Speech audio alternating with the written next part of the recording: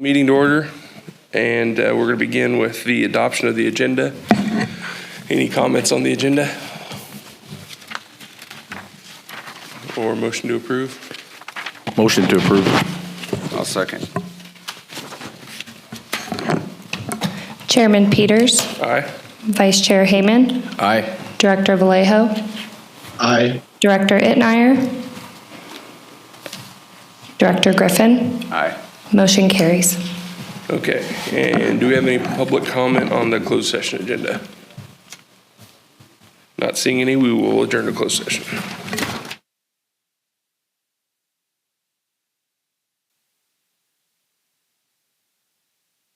And we'll begin with a report out on closed session.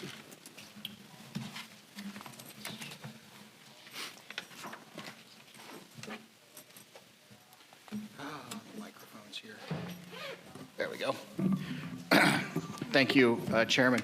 There's no reportable action from closed session. The board met on all three items, but there's nothing to report out. I will say, though, that for those that are interested, August 5th will be the next hearing in the adjudication and other rate cases in Orange County. And if anybody wants any information on how they can be involved in those cases or watch them, we can post that on the internet for you. Okay, thank you. Okay, next, please rise for the Pledge of Allegiance. Salute. Pledge allegiance to the flag of the United States of America and to the republic for which it stands, one nation, under God, indivisible, with liberty and justice for all. And finally, roll call. Chairman Peters, Here? Vice Chair Hayman, Present. Director Griffin, Here. Director Vallejo, Present. Director Itmeyer. Here. Okay, item number 6 is public comment. This time is reserved for public to address the board about matters not on this agenda. No action will be taken on non-agenda items unless authorized by law. Comments are limited to 3 minutes per person. Is there anyone that would like to speak under public comment?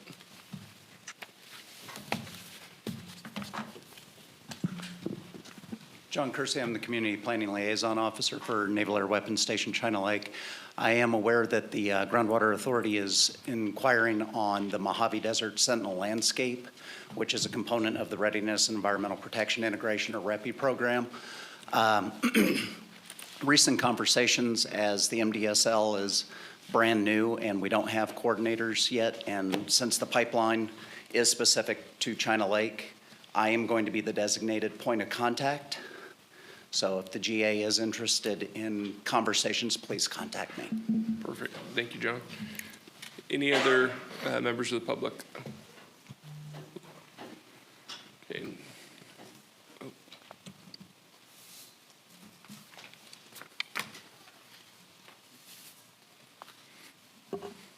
Judy Decker. My comment is your board package this month is almost long enough to be a novel, and yet it didn't come out until Monday with an addendum. I might have my days mixed up, but can you get your board packages possibly out earlier so that people have a chance to really read it and study it? You have a lot of things on your agenda today, and I'm concerned that you yourselves, as busy board members with other agencies as well as this one, had the time to read it and study it carefully. Okay, thank you. Any other members of the public like to make a comment? Okay, not seeing any. We'll go to item number 7, and that's board member comments. Any comments from members of the board? Okay. Not seeing any, we'll go to the consent agenda, and that includes items 8A and items 8B, 1 through 6. Are there any comments from the public on the consent agenda? Okay, not seeing any, we'll bring it back to the board for any comments or a motion to approve. Motion to approve. Okay, We have a motion. Is there a second? I'll second. Chairman Peters, Aye. Vice Chair Hayman, Aye. Director Griffin, Aye. Director Itnire, Aye. Dr. Vallejo. Aye. Motion carries. Okay, our next item is number 9, which is an update on federal funding award for the interconnection pipeline project. And is that Capital Corps that's going to be taking that one? Do we have? Good morning, Mr. Chairman. Yes, Michael McKinney here for Capital Corps Group. Good morning, Mr. Chairman and members of the board. An update on our authorization under the Water Resources Development Act of 2024. As we reported last month, the United States Senate had included our authorization for the interconnection project in the bill, allocating $5 million for the remaining land and planning activities associated with the project, essentially a one-year funding period. The House version of the bill did come out in the month of June, and it is a little bit different than the Senate version of the bill. It authorizes the project, so the project is authorized both bicameral in the House and Senate, and also bipartisan, which is a great achievement for the authority. In addition, it designated $50 million for the project, essentially 1/3 of the total funding that we were asking for to be authorized over. That would take us through essentially WRDA 26 or WRDA 28. And then we would turn around and increase the funding that was available under the authorization at that time. There was a small hiccup during the day of the markup, in that the project was authorized to the Indian Wells Valley, but it incorrectly designated the recipient of the authorization as the city of Indian Wells, California. That took a formal amendment by Representative Fong to the bill, which was marked up the following day on June 26th after its introduction. We successfully got that amendment into the legislation, and it clarified it. The concern that the House committee staff had was twofold. One, it questioned the authority's status as a political subdivision of the state of California, and therefore said basically only cities or counties were political subdivisions and eligible entities. And then it also further questioned the authority's eligibility, given the two federal agencies serve as ex officio members on the board. We disagree with that. That does not have a legal basis at this point. But what it did cause is, in the haste to get the amendment through, we designated the county of Kern as the recipient agency of the project. We're working to kind of resolve that difference, and that brings us to two reconcilable actions that may occur in conference committee.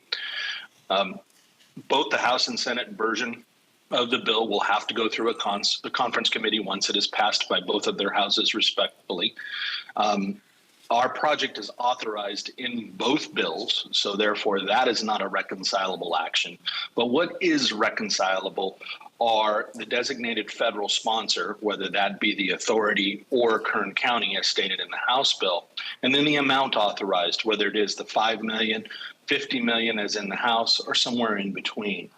Those will occur after passage of the legislation, and probably in our best guess, and according to timing, as I indicated in the staff report, I'm under the belief that that will occur in the lame duck session of Congress, so sometime between now and December 31st. Designating the county as a non-federal sponsor, I basically had to indicate to the county that, hey, you would be the funding agreement, the signator of the funding agreement, and that it would designate Indian Wells Valley Groundwater Authority as the agent, and then there would be some required agreements between the authority and Kern County in order to make this happen. And lastly, appropriations requests for the project would then be sponsored by the county. We're going to continue to work on this and see if we can't move it back to the authority, but that may or may not occur. That is subject to the discretion of the conference committee at this point in time.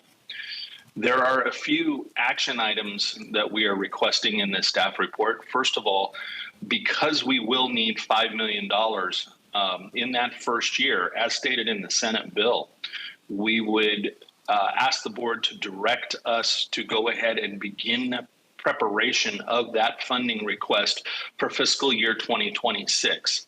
Most of that has to occur prior to the end of the year, and we may not have a bill before the end of the year. So I think we should get our requests in and move them forward at this particular point in time. And then they would be, of course, subject to the bill's passage. The other thing is that there have been delays in negotiating the funding agreement between the Army Corps and the non-federal sponsor. The project, as it's currently envisioned, has some fairly tight timelines, and in order to avoid that issue, we are recommending that the staff review the U.S. ACE model agreement for environmental infrastructure projects and provide recommendations for board considerations prior to the passage of the legislation. That is our update, and I'm happy to answer any questions. Thank you, Mike. I appreciate all your guys' work on that. Are there any questions from the board on this item? I have a couple questions for Mr. McKinney. On this grant, through WRDA, when this was presented to the board, it was presented as applying for a program, not for a project. I directly asked Mr. Lemieux if that would be voting for the pipeline or if it would just be voting to request this fund. So I'm curious, Mr. McKinney, can this $50 million, if it is awarded, be used for other projects that the Groundwater Authority might do if we change course at any time, or is it actually designated for the pipeline? The authorization in the House version of the bill, they differ.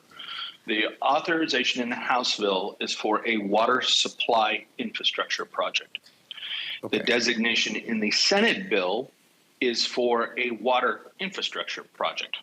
Okay. How you read water supply or how you read water infrastructure may be the same thing, but that was consistency in the language that the House and Senate decided upon, and all of the authorizations for across all 50 states are reflected in that.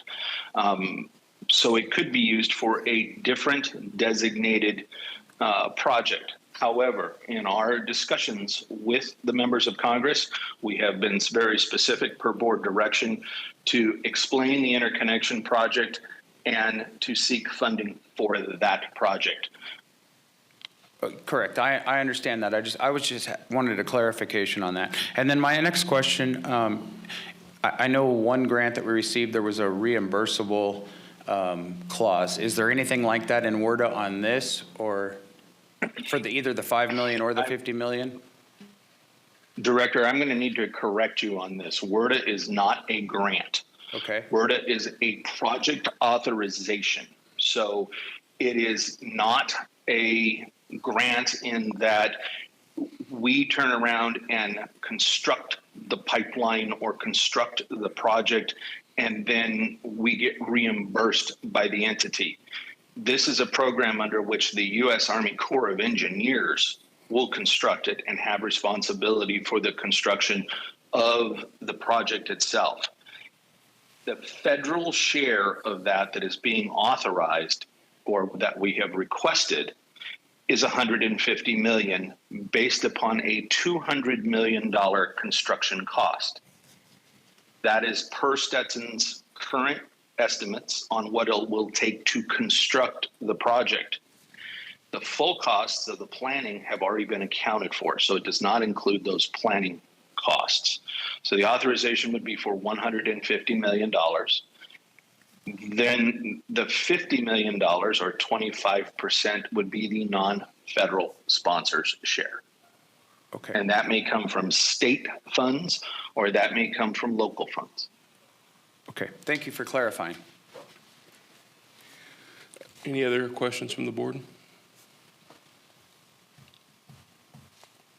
I don't know if this is the appropriate item to bring this up on, but just on the topic of that federal funding, I saw at the Water District's board meeting recently where they were talking about the water recycling project and that they think that's feasible. So could we, I know we had talked about at one point, grant for a portion of that, for a federal funding source for a portion of that.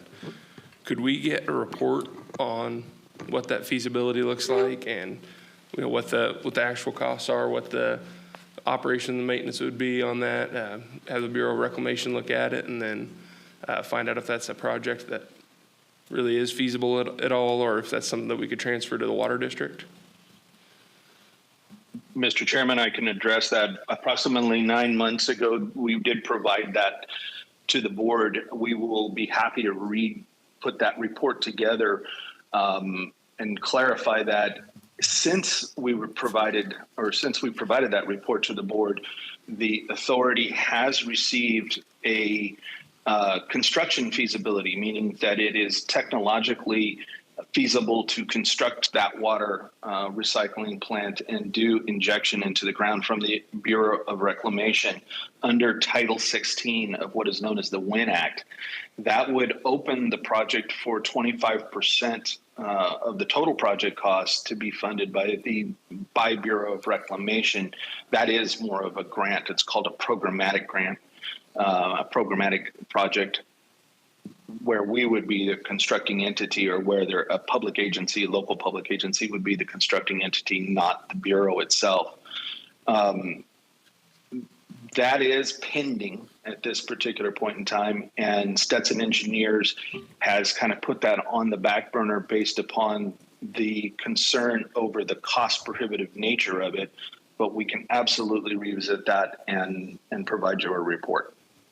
Perfect, I appreciate it. Chairman, if I may, I also watched the Water District meeting, and it's a little puzzling to me because this board, essentially on 2 votes in 2 separate meetings, back to back, determined that those costs were financially infeasible for that project. I mean, me and Chuck had a back and forth about trying to figure out a way to make the recycle plant efficient for construction water, because it really makes no sense to be using quality drinking water for dust mitigation. But the actual project of recycling that, putting it in the ground, was cost prohibitive. We've seen the estimates, and that's why we recently in our proposal, or our presentation last month, showed that as an infeasible option economically. And it was a 5-0 vote. So if somebody wants to take another run at it, we obviously don't have any problems with it, but I do want to make sure the public understands that we looked at that hard last year, and this board, including Chuck and the Water District, voted that it wasn't financially feasible, and at that chance, they had the opportunity to take it then. But if they want to take another chance at it, that's obviously within the purview of the board to give them. Yeah, I appreciate that. I just know that was brought up, and the more information we have, the better, I think. But go ahead, Dr. Griffin. I would just like to know what it would take for this board to give the Water District authorization to pursue that, either on our own as a supplement, because in my thought, if we can do it cost effective through the Water District, and we can get an immediate, within the next couple of years, a 2,000 acre foot recharge from that reclaimed water. So what would it take for this board to authorize the Water District to move forward working at that? Mr. Chairman, if I may add something based upon Phil's comment as well as Director Griffin's comment, the feasibility study that U.S. Bureau of Reclamation reviewed in 2023 is based upon a project which replenishes the aquifer. So it is a groundwater, recycled to groundwater. The cost estimate that was provided to U.S. Bureau of Reclamation was reviewed and determined to be within what they believe to be the reasonable estimates that it would take to build that project. And as I recall, it's around $100 million from top to bottom. And then they did not review the O&M costs because that was outside of their purview. They're limited to construction costs, but they did believe that the construction costs were reasonable as far as the estimate was correct, and that technologically the project was feasible to construct. That is the limitation. if you take it to a recycle project with this dust mitigation or is a substantially different use, the feasibility study would not be valid. And so we would have to seek an additional feasibility study for that type of a use. So the use is very limited under the feasibility study that was approved. No, I agree. I think the district would want to use injection back into groundwater after the water being treated. What Phil was mentioning, I believe on dust control was actually using the water that's here now, correct? We had the back and forth because the water's not treated to a standard that it could be used for dust control, and that was what we were trying to come up with a way we could do that immediately instead of using potable water. But the district is very interested in looking at doing that, and if we could do something even, as Mr. McKinney said, for the $100 million range, I know it's a big cost, but we wouldn't have to purchase 3,000 acre feet of water. We had 2,200 acre feet, 2,000 acre feet of recharge coming in that way. So it's something that we're very interested in doing, and if we could get the permission of this board or whoever we need to do that, it would be nice to pursue that through our engineering firm and see if we could do a cost-effective deal to where we work something out with the city and move forward with that, because it's very low-lying fruit and we could grab it quickly. Just my thoughts. Thank you for bringing it up, Chairman Peters. Chairman, if I may for a second. Yes, sir. Two things. One, the question of what do we do? I personally believe, and I could be wrong, I'll have to review the meeting, I believe the offer's already been out to the water district, so we wouldn't need to do anything. The water district rejected the offer, but I could be wrong. Could have just been a generalized thing without enough pomp and circumstances to call it a board action, but we'll figure that out if we're wanting to move forward. The second thing is we need to be very careful here. It's not 2,000 acre foot. It's 1,500. It's 1,500 because you lose water that goes into that plant as you treat it. There's water loss. So it's 1,500, not 2,000. The second thing is it's a finite supply. You can't just keep expanding a recycle plant. I mean, you got to have water going into it, so it's a byproduct of what goes in. We've had those discussions. And thirdly, and most importantly, I watched the same water district meeting where their general manager said that he didn't believe that we've done that percolation, our determination that percolation is infeasible in this basin is correct. Now, we've spent about $50,000 on a study that Stetson has done to show that this basin does not percolate. That means you cannot apply surface water percolation in a groundwater augmentation project. We can't water bank that way. We would have to go to injection wells. Injection wells exist. Everybody will tell you they're constructionally feasible. They are not financially feasible because they're incredibly expensive. You have to use power to shove the water into the ground, and then you have to use power to bring the water back out. It doesn't pan out. That's a massive problem with this recycle project. Yes, you can construct it. Yes, I guarantee you any engineer worth his license can construct it. The problem is the finance, and what really breaks down is on the injection wells.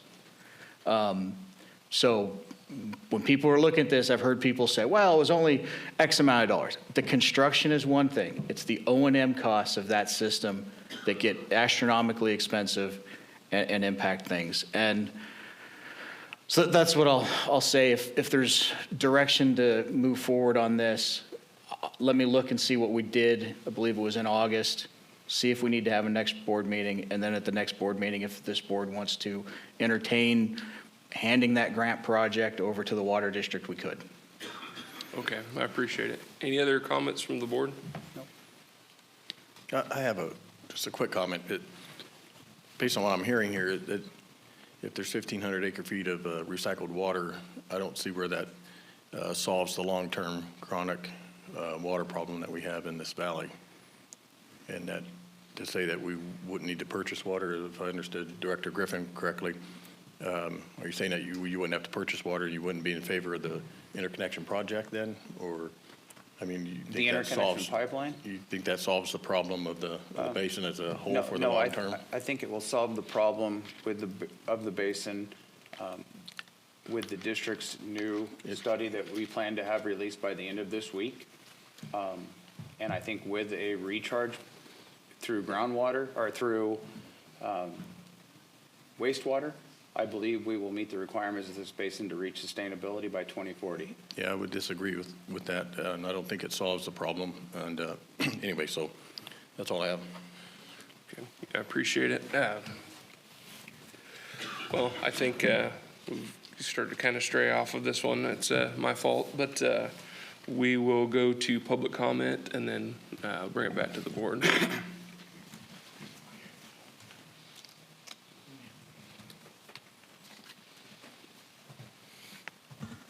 Good afternoon, George Kroll, General Manager of the Water District. I've read a lot of the reports that are on the GA website, and certainly as an engineer, I would love to have the opportunity to sit down with those people who wrote those reports, go through both cost analysis, go through the assumptions that were used to say this is how we're going to get to recycled water injection. I've also read the percolation study. I don't know that I came away with the same conclusion that Mr. Hall did when I read that on the GA website. So, you know, a lot of this would be really helpful for me as an engineer to have our people look at those. So welcome the opportunity to work with your folks who did those reports and really come to a clear understanding of what they mean and say. So if the board authorized that for the water, you know, the GA to do that, happy to oblige. Okay, thank you. Any other public comments? Okay, not seeing any in the room, we'll go to the phones. Go ahead, caller.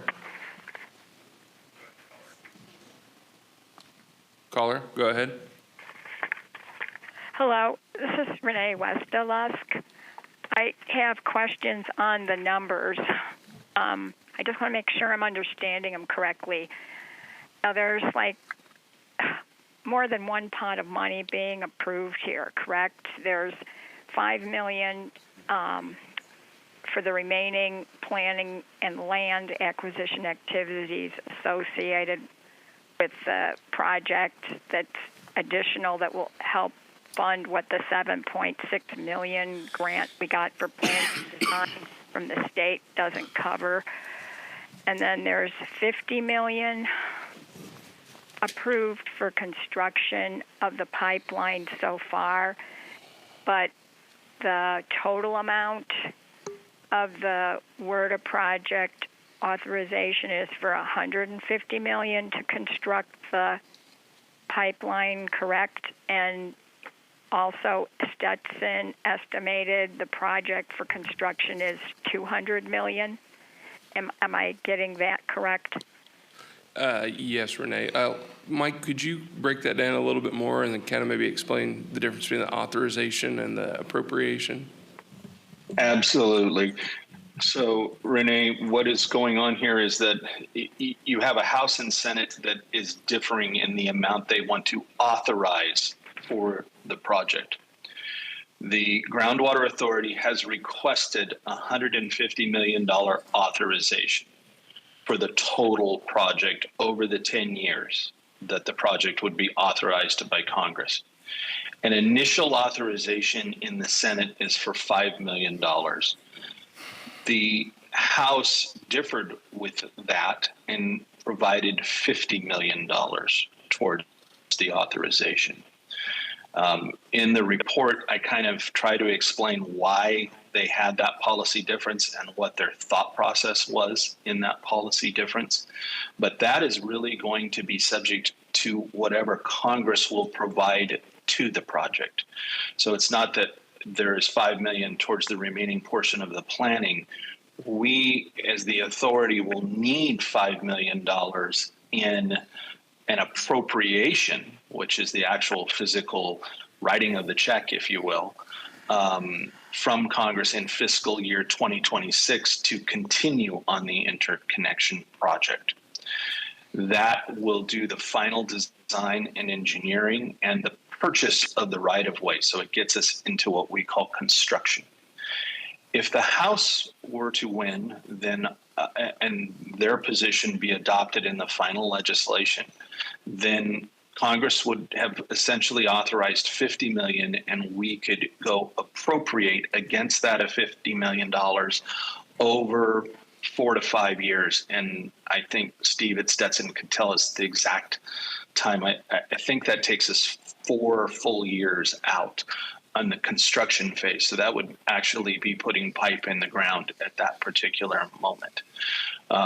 So that's sort of not up to us. The request is that we go ahead and seek the $5 million in the next Congress for those remaining activities that we will need in fiscal year 2026. Does that help? Yes. Just one other question then.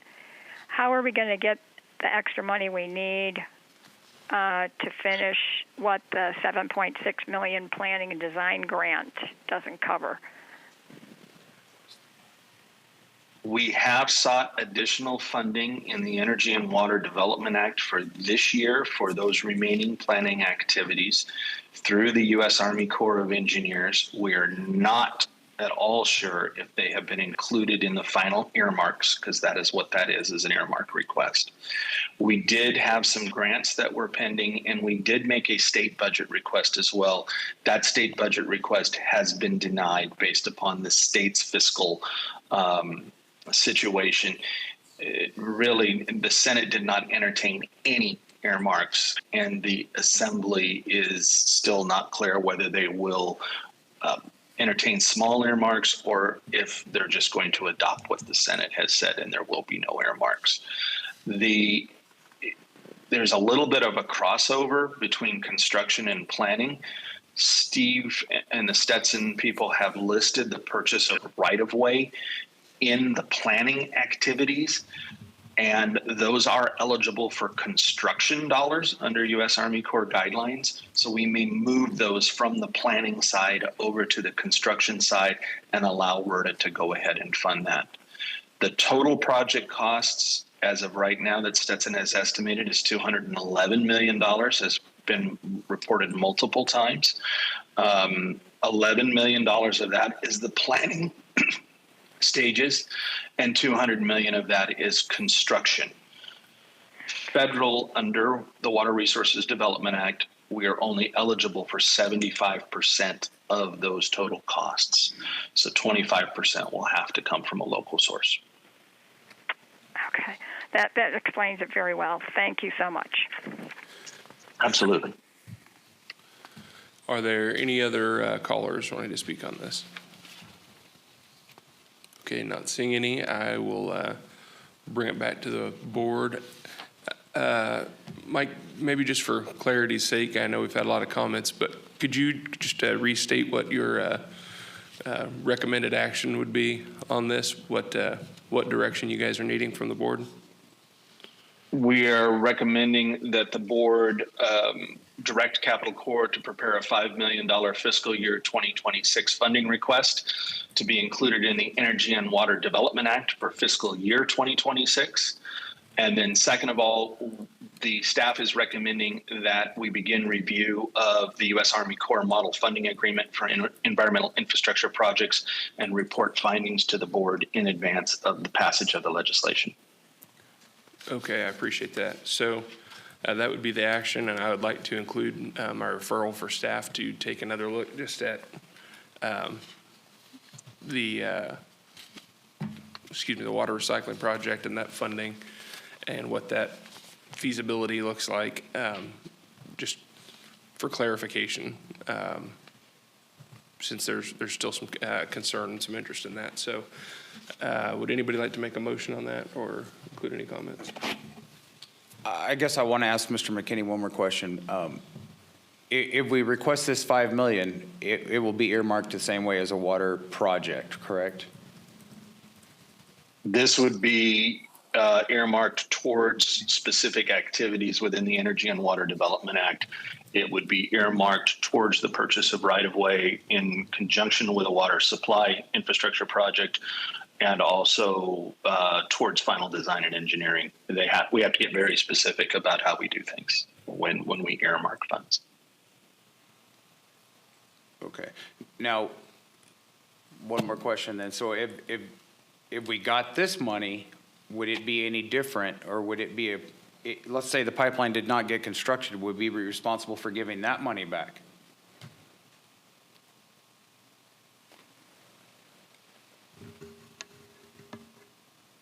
I need additional time to research the legal aspects of that.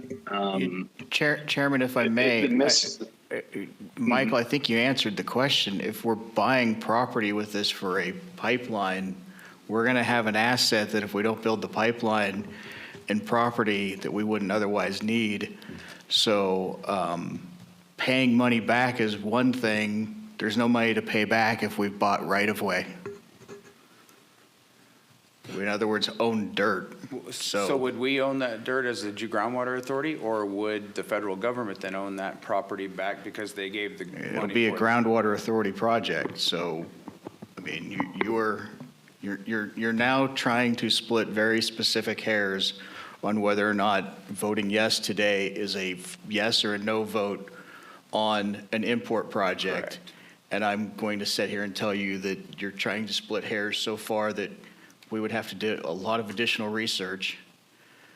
And I don't think it's going to get you anywhere because you're going to own dirt for a pipeline. You will have been spent $15 million to design a pipeline that you've done feasibility studies for, NEPA work, CEQA work, everything, and you're wanting to then just walk away from it.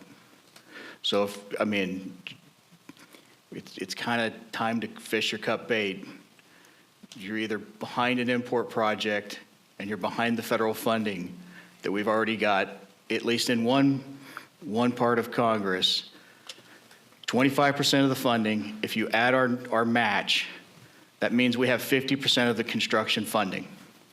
That's what we're looking at right now. Funding for 50% of the pipeline. Approved, ready to go.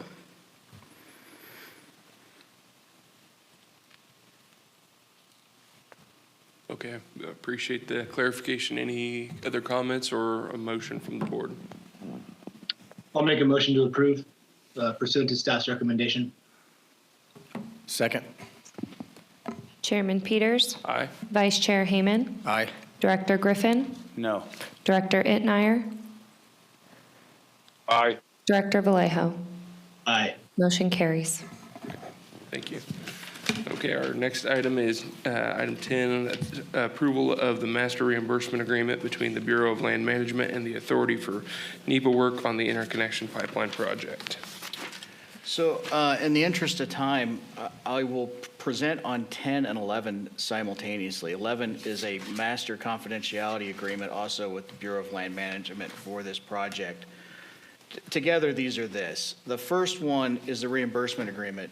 2 months ago, we put together a quick agreement related to reimbursing BLM on our forms for the potential, well, not potential, we are currently going to be examining expanding an AVEC pipeline. It's called from the tank farm to the connection point we currently have.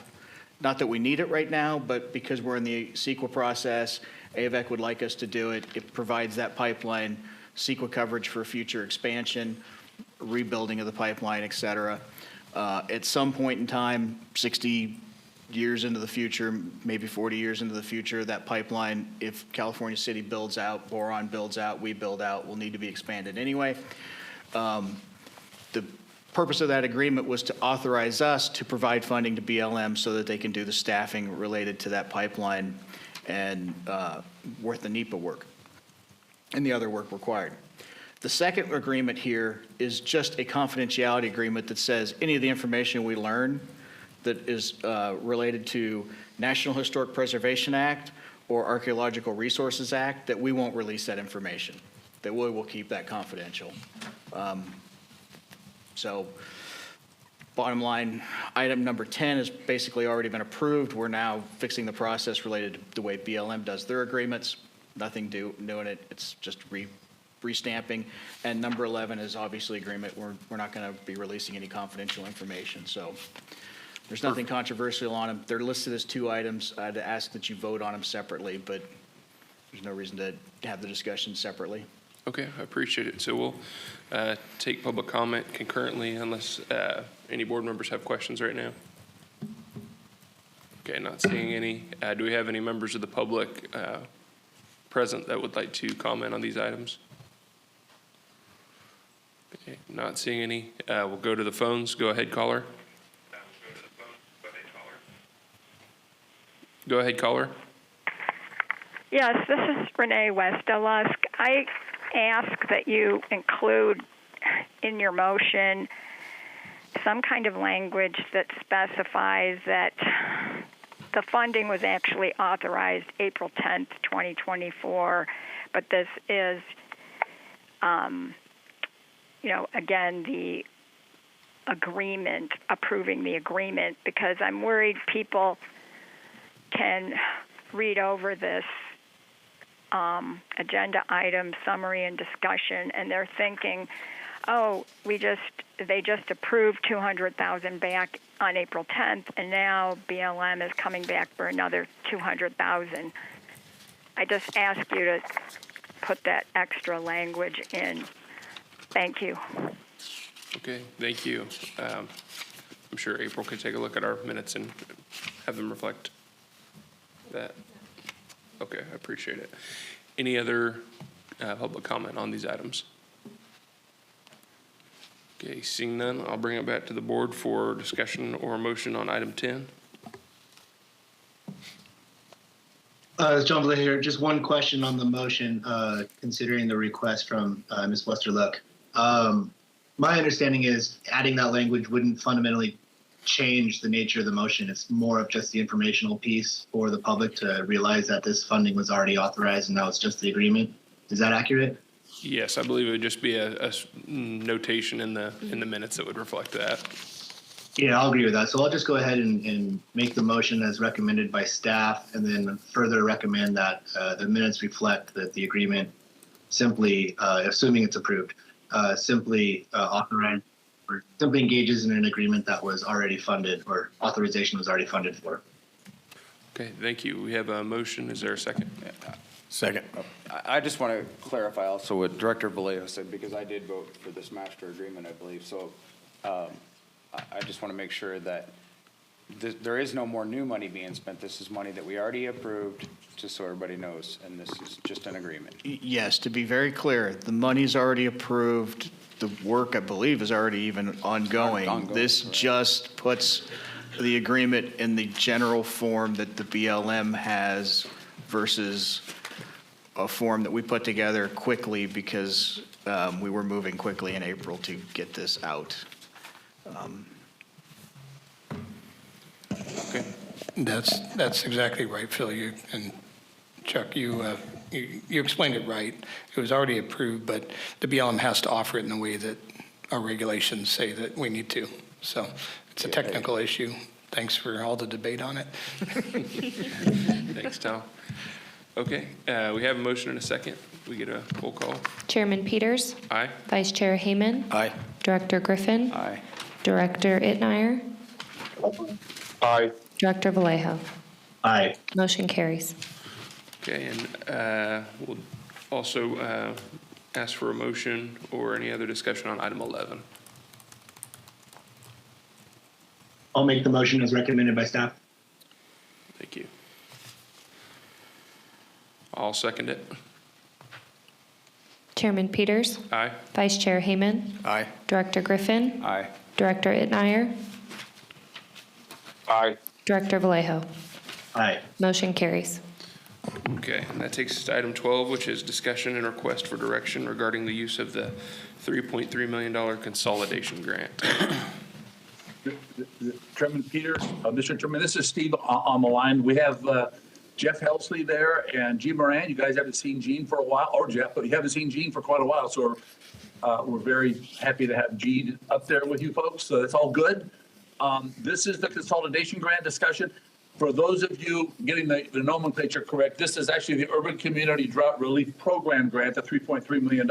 We've shortened it to the consolidation grant. Jeff's going to give a presentation of where we're at and where we think we should be going from the staff perspective, with the goal of getting board authorization to proceed in the direction that's recommended. Just for general information, it's $3.3 million. We've been working on this for some time. Our number one priority when we got involved in this really was to look at where we are in the basin and where the consolidation projects or issues or potential projects are in the basin.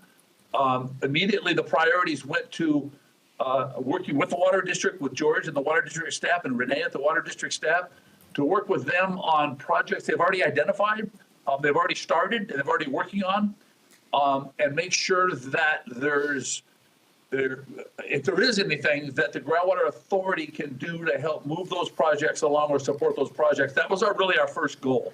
And I think we're through that now. I think we're all on the same page. Our staff reports is a part of this for the work there. And then during that process, some other emergency issues have come up. I think everyone's aware up there if the emergency projects issues come up. We're calling it the Rademacher well or the Rademacher area. We got water quality issues over there. We know that in Inyo Current, we know there's issues with water supply there. So we've got other issues that have come up, and the staff took a look at that and regrouped and said, okay, it's time that we take a bigger picture look at the entire basin and try to come up with an approach that will address consolidation regional basin-wide. So Jeff has a presentation, and if Jeff's ready, I think we're ready to go. Yeah, I'm ready now. If we could bring up the presentation, please.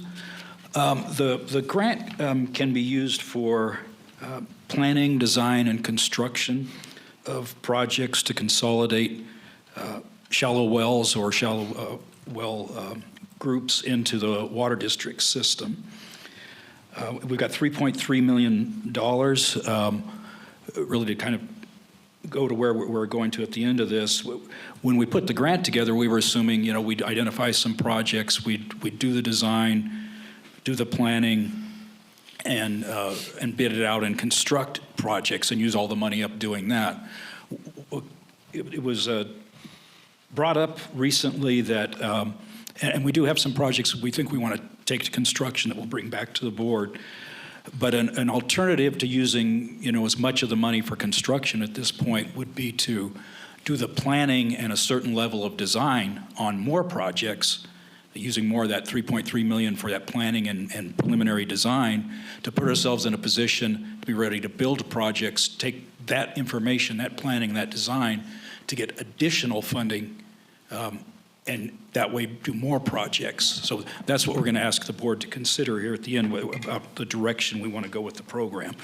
But with that, let me go over where we're at in our projects. This figure, kind of the broad view of what we've been looking at, over on the left-hand side of the figure, there's some green piping in there. Sort of to the left and to the right of that green piping are the Dune 3 water system wells, and up above that, to the right a little bit and above, the Hometown Water Association well is called out. I think I'll go over these in a little bit more in detail, but that's one area I'm going to talk about and have a little more detailed figure on. As we go to the right, just right of center there, you can kind of see Halpin is called out in a figure 5. We're also calling that the Los Flores area. That's an area we've been looking at. And then going down and to the right, you see a figure 3 called out down there just above the scale, the north arrow. That's the Rademacher area that Steve had referred to. We'll talk about that. Those are the 3 areas we've been looking at. The brown lines in here are the groundwater level contours. So around Halpin, we've got a pumping hole there in that general area. And it's actually obscured a little bit. Down in the left bottom corner, our kind of reference insert is covering up another pumping hole around the southwest pumping field there. But that goes up into the area shown, and where we got some red pipelines shown and the green pipelines. So, there's our pumping holes, our declining groundwater levels, and there's our shallow wells that we're looking at consolidating. It's sort of in the broad view. If we could go to the next slide. So when we put the grant together, DWR had some time ago identified Dune 3, and that's there, and the Hometown Water Association as systems that would benefit from being integrated into the water district. The Water District had received a grant to consolidate those. At the time we put the grant together, there was some issues, I think, with potentially the DWR's agreement. Wasn't clear the Water District was willing to go forward at that point. So we'd included it as a possible consolidation under our grant money. As Steve mentioned, we talked, with the Water District, that their board has talked more about, and as I understand it, those are moving forward. Doesn't appear there's any need to use the Groundwater Authority's grant funds for that, so that those will get consolidated, which was our objective too. The green lines are the system, pipeline system that's been laid out by the Water District to integrate that Dune 3 into their system. South of that, you see the red lines, and in bold there, we've got the Byerly and Stark are labeled. Those were shallow wells that came to the Groundwater Authority when they were impacted. So we are seeing shallow well impacts in that area. We're calling this the Dune 3 extension area. I think that's the preliminary pipeline we've laid out. We're going to study that more about consolidating that area, including there's a Yellowbird Water Cooperative there that we would look at consolidating in with this also. I think if we go to the next figure, I've got kind of the aerial view of this. Yeah, that's the same area. Now the Dune 3 is in red, and our preliminary pipeline is the dashed white and red line there. But it just shows you the houses that are in the area from the aerial review. So potential for several houses along that alignment. So that's one of the areas that we're looking at. If we could go to the next slide. This is the Rademacher area. No one there has submitted an application for the shallow well mitigation program, but they have contacted a number of agencies to see what help they might get in that area. There's a Desert Sands Mutual Water Cooperative that had 5 users on it. The water quality was tested in November of last year. The arsenic tested at 112 parts per million, and the MCL is 10, so it's 10 times the MCL. A couple of those water users are connected to the Water District now down there at the southern end of that system, because there is a Water District pipeline in Springer down there. There was a pipeline that was designed to get to some of the users there on Rademacher Way.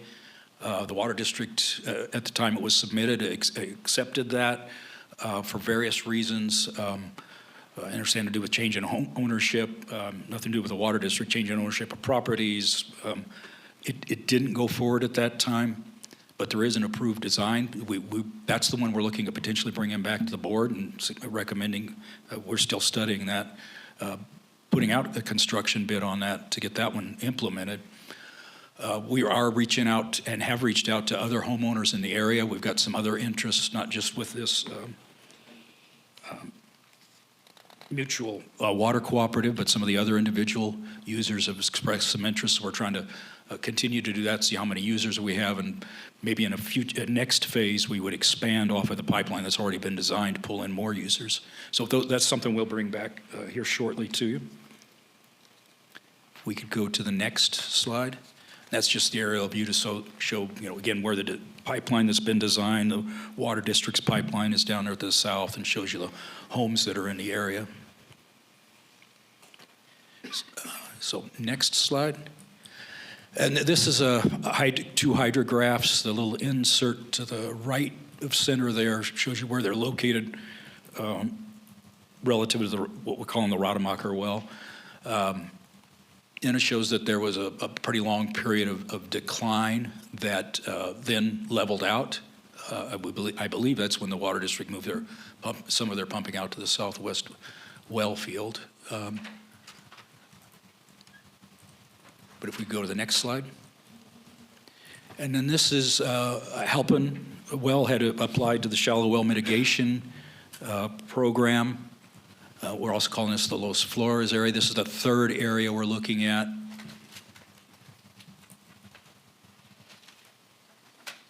As I mentioned, the brown lines are the groundwater levels. We've got a depression in the groundwater table there. Go to the next slide. Oh, okay. And another area that came up when we were writing this staff report is, I think people are more aware than I am of issues in your Kern Community Service District had with its well and its water supply. I understand there was the water district had been helping them out. I understand their well is operating, at least temporarily, with a temporary pump now, and there's efforts to for a permanent solution for that well, hopefully. We had thrown it in because when we were writing this, it wasn't clear if we didn't know what was going on with their well, whether they were going to need to look at an alternative, whether their well was salvageable. They might need to at least consider integrating with the water district, so we'd included it in the presentation. So those are the areas that we're looking at. As I mentioned, we'll bring more detail back as we look at them further. Before I go to the recommendation, if there's any questions on the areas we're looking at or approach we're using, be glad to answer anything. I have a couple. I appreciate your report. I'm very interested in seeing how it could be used maybe to help in your current CSD. I think it's critical. They're a member of our community, and I would like to help them any way we could. I do have some concerns as far as spending the money to design projects unless we know specifically how many users we're going to get, because I think you're going to run into struggles if you have people that have a de minimis well that is functioning just fine and they're paying an electric bill, they're pumping their water, and then we're going to tell them that we're putting a water line in front of their house, and that we can't force them to hook up to that water line.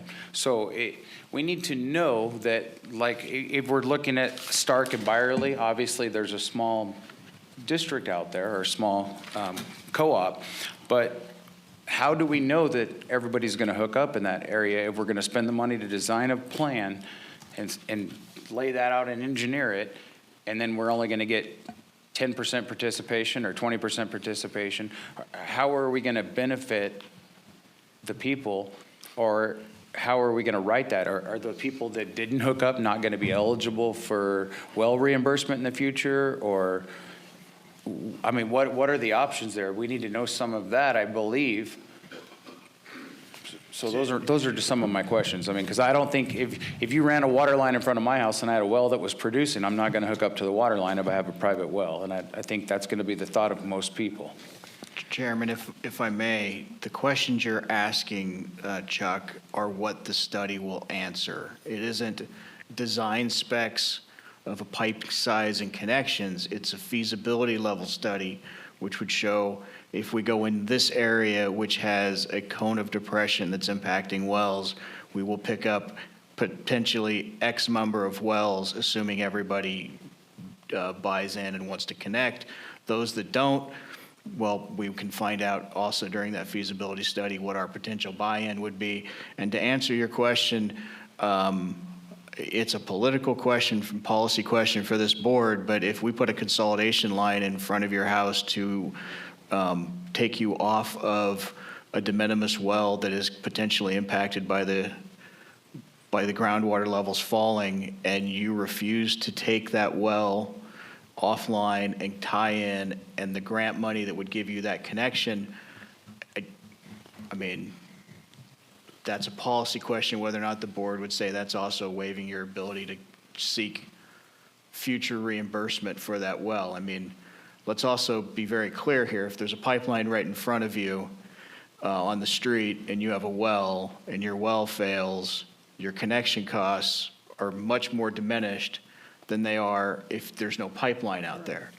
In fact, at that point, it's really connecting, it's a tie-in, it's a connection cost, the water district.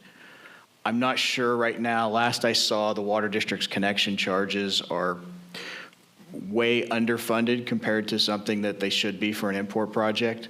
But obviously, you would be looking at, instead of a $100,000 well, $10,000 connection charge if the pipe's in front of your house.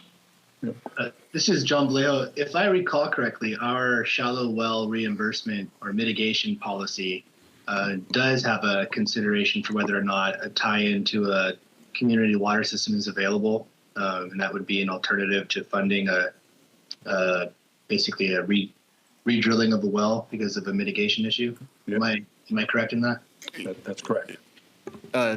Yes, Director Vallejo, you're correct. That's what I'm saying. Instead of putting $100,000 into re-drilling a well deeper, we could buy the connection cost, pay for the connection cost, tie it in. That connection cost would pay for the actual physical construction pipe connecting into another pipe. But on top of that, there's what people call capacity fees. That's the capacity that this homeowner, house, whatever the use is, impacts the system. You know, you build a system for 100 homes, it's got to have the capacity to build 100 homes. So as you tie in, there's a capacity fee that you pay, and that pays for all of the infrastructure that's been out there. Yeah, I guess my point was just that the policy call has actually already been made, if I'm not mistaken. Correct. Yeah, I think my question was just a little different, Director Vallejo, as far as, having somebody hook up because if they had a well existing that was good, and then they chose not to hook into this pipeline because we did a project, and then 5 years down the road, their well went dry, or broke or whatever, and they came and requested funding to drill a new well. I mean, we need to look at all those options if we ran a pipeline in front of their house 5 years ago. So I don't think you're going to have people to say, yeah, I want to jump on a district pipeline if they've got a functioning well. So that was my concern. I think that is the case. We're trying to identify who will hook up with it initially. Okay. But the thought is, and Director Vallejo's point is, water levels are still going down. We anticipate more people are going to be impacted. And when they do come to us, if they are impacted and come to us, we do have that provision in the shallow well mitigation, because we've done it with the ones who have come to us before. Is it feasible to hook up? There's no pipeline near those people now, so it wasn't feasible. It will be feasible if we put some of these pipelines in when they're impacted. As Council mentioned, instead of a $100,000 pipeline, it'll be maybe a $10,000 hookup once we have the pipe in place. So it may take time as they're impacted, but we'll have the facilities there for them. Okay, that was my question. Just as a follow-up, Director Griffin, this is Steve. We're not just going to go straight into design and plans and specs and design for any kind of a system. There will definitely be the need for the requirement for coordination with the water district because we're tying mostly in the water district system. So that has to happen. Identification of the customers has to happen. We would envision, and for you to kind of to visualize it, we would envision a preliminary design report that would be prepared and distributed before we would ever start anything associated with design plans and specs. And that preliminary design report would cover all of these items so that we know where we're going before we spend any money on design plans. Okay, thanks. Any other board comments or questions?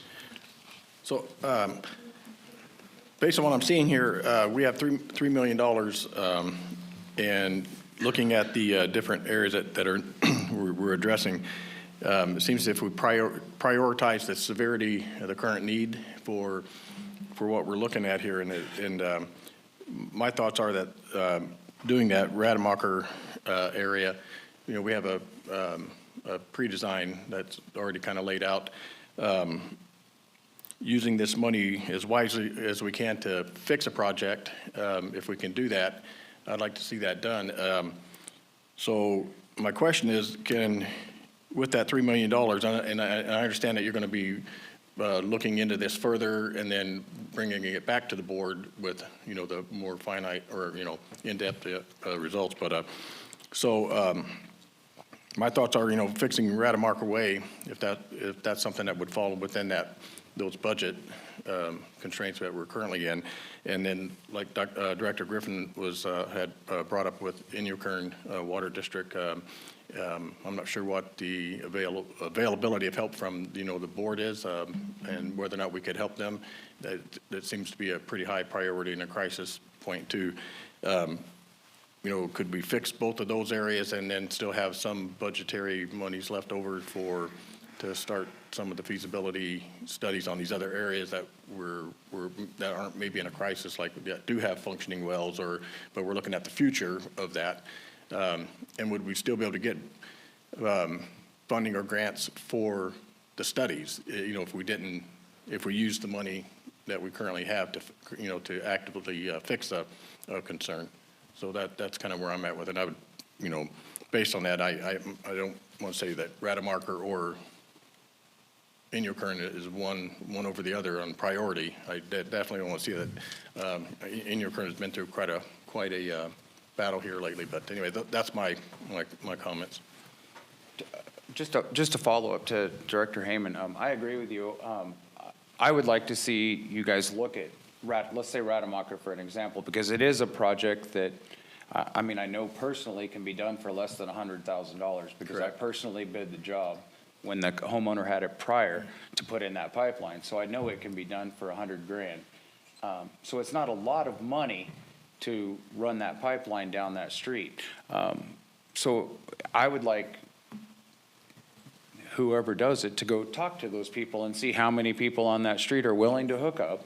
Is it feasible? Are they going to pay the district connection cost, or is the groundwater authority going to include that in the grant, out of the grant money, that they get to hook up through that money? Or I don't know how that's going to work, but I would like to see us work on stuff like that and get it done and move forward. My understanding is that water is not just bad, it's very bad. It's so full of TDS and other items that it's, they're kind of in a bind in that area, a serious bind.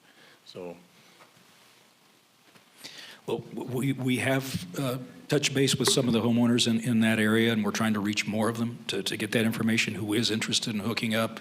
And at least at the water resource manager, our plan is to bring the Rademacher well. At this point, our thinking is we'll bring back that well. The pipeline that's already been designed to the board is sort of our first construction project. The Inyokern, I'm not, right here, and to me, that was sort of a developing situation, and I needed, I got some more information on Monday about where things were at. Certainly, the priority could change depending on what happens there and what the discussions are and what everyone wants to do there. But that's why we included it. We were aware there was an issue. It potentially was a project for this, so we just wanted to put it in our list too. Okay. Any other comments or questions? Mr. Chairman, Michael McKinney with Capital Corps. One of the questions that the board had asked is available future funding. The state budget zeroed out self-help enterprises for fiscal 24-25, meaning that they're using up their remaining funding, and we will not have them to rely upon for some of these types of emergencies that we saw in Rademacher as well as in Inyokern CSD. Funding for consolidations, I'll have to go back and check to see how they are funding those at this point, but any discretionary funds that the state may have had regarding that, or that they earmarked towards that, or authorized towards that, those have also been zeroed out for the foreseeable future. Not a good situation to be in as we look at shallow wells failing and what have you, but right now we're under very limited funding. So the use of these funds, and I do have a question for Steve or Jeff, does this have a clawback date like our Sigma IP grant?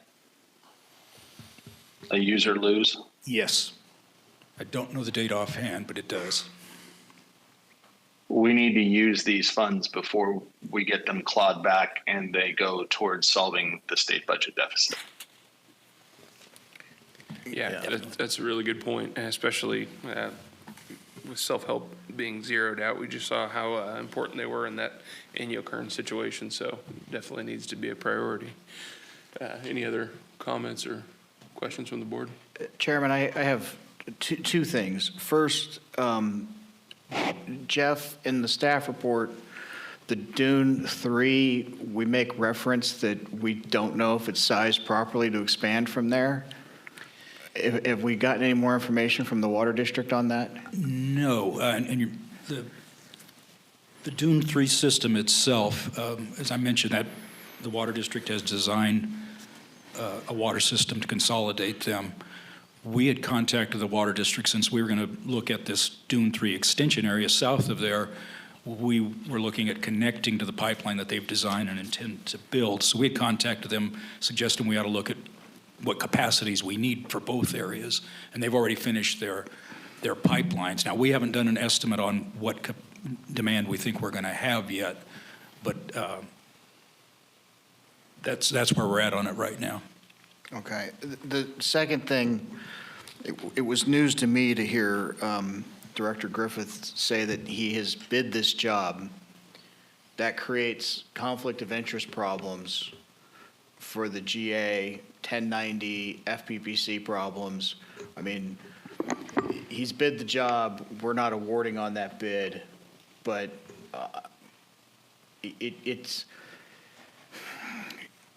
it's not a situation, I believe, that we're crossing the line yet because we're not awarding anything right now. We absolutely couldn't award any such contract to Director Griffith or anybody.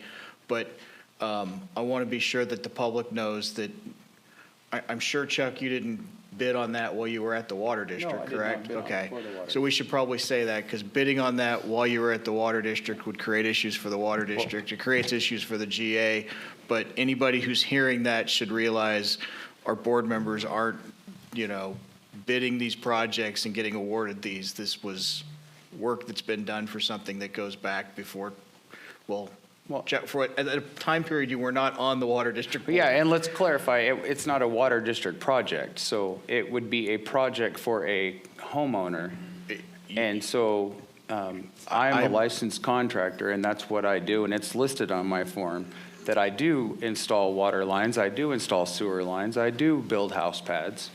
Chuck, but I do not do anything for the Water District. I don't disagree, Chuck, if you're building a house and you tie into the Water District like anybody else does with the water meter, that would be a 1090 or an FPPC problem. But if you're building a $100,000 pipeline to consolidate somebody into the Water District, it gets a little bit more dicey. And, I could see people's ears. I mean, you probably saw Keith come up and go, do we have a problem? Because that is like red flags for us. And I just want to make sure that everybody knows that we're not having board members construct projects for the GA. We are not even entertaining that. Obviously, you've stated that when you did this bid, it wasn't while you were on the Water District board. No. I just want that to be out there for everybody to know that if anybody goes, board members are out there bidding on their own projects. No. That's a small community with, construction needs. No, thanks for clarifying that. And I do not bid on any Water District job or Groundwater Authority job. I would not even turn a bid in. But I was just using that I had priced that job out and I had bid it for a contractor and I knew what the price of the job would be. I understood what you were saying. I just wanted to make sure for anybody out there in the public who gets other ideas and starts heading down conspiratorial rabbit holes that, yes, we are not out here giving ourselves contracts. Correct. I appreciate it. Any other comments or questions from the board? Okay, not seeing any, we'll go to public comment. Any members of the public like to speak on this item?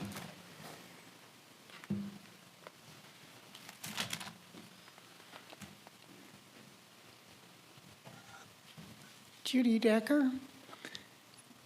I've brought this up before when we've discussed consolidation, and I will bring it up again.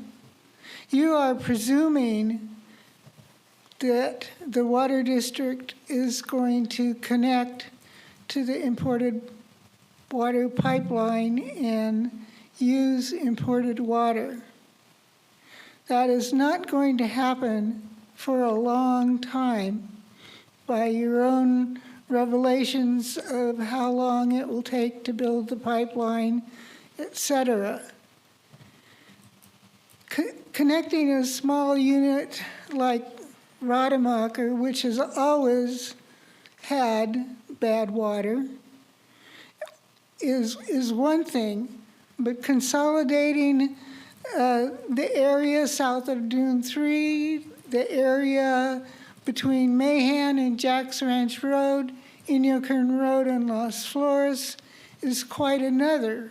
It's going to take all those spread out individual wells and force them to use water district water, and the water district's water comes from the southwest well field, the area where Mr. Hoppen lives, and 2 other wells that are just south of Inyo Kern Road. It's going to cause an increase in pumping depression until the imported water is brought to the valley. And that's not going to be for years. We don't know what's left down there and how long it will last. So be careful what you do. And as far as the Inyo Kern CSD, if what is stated in the newspaper is correct in the grand jury report, their biggest problem is mismanagement. Good points. Thank you. Our next speaker, please. Wes Kassenstein, domestic well owner. I've been concerned that we could potentially have consolidation needs on Brown Road to the north in the basin. And I realize that's not something that can be easily hooked up to the water district. But I'm wondering if it wouldn't make sense as part of this study to kind of look ahead there and find out where problems might be developing potentially, even though they're going to be tough to solve as you move, particularly in the area where the agriculture is. So that's my suggestion. It would seem that you might be able to use the data that's been collected in the well surveys that happen as far as water levels and quality. Even though it would be a hard problem to solve, I think the goal of the GA is to not allow undesirable results to occur. And if there were to be large areas north on Brown Road that the wells were to fail, we should probably at least be anticipating that. Thank you. Thank you. Any other public speakers?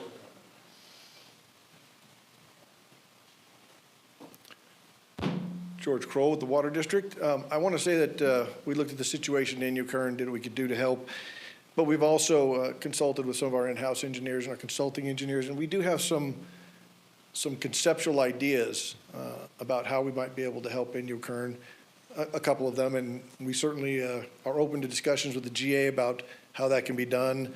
Not worth talking about in detail at this point in time because they're just conceptual, but we have already been trying to look at ways to assist Inyo Kern. So hopefully you guys will give us a call and we can all discuss those potential solutions or assistance that can be provided.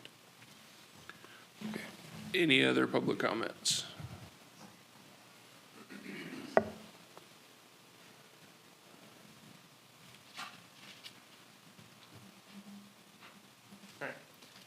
Hello, my name is Jesse Sanchez. I'm currently living on Rademacher.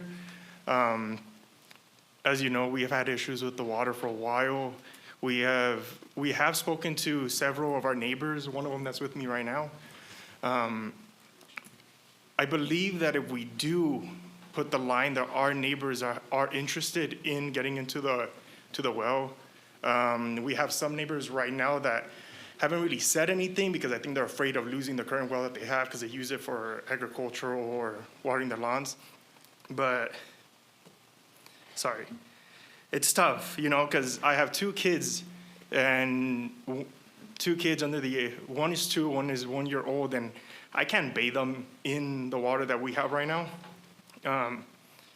It's very unfortunate. I cannot have my kids be in a bathtub full of arsenic and playing with water. I can't have a rubber duck and have them smile in, sorry. I can't have them in the tub at all because of the fear that they'll take in some of that water.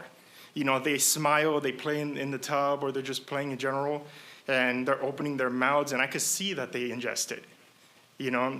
And I've seen them get sick through it, you know? I have to go across the street and have them bathe at my mother-in-law's house because I cannot have them where I'm at right now. We've had to replace appliances over and over. Our boiler is going out because of all the sediment and the salt that we currently have on top of that. You know, we've replaced 4 washing machines in less than a year.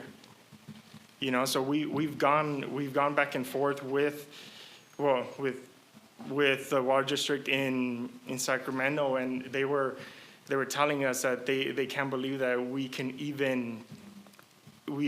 we have even bathed them in that amount of water. You know, and it's a situation that even me and my wife have discussed over. You know, it's out of our reach. It's not like we can sell the property and move on, you know, because the water is not potable, you know. So it's like we take a hit. We've gone out of our way to see if we could even refinance our home or put a loan in our home, you know. But we've gotten bids that range anywhere from $120,000 to $150,000 to run the line.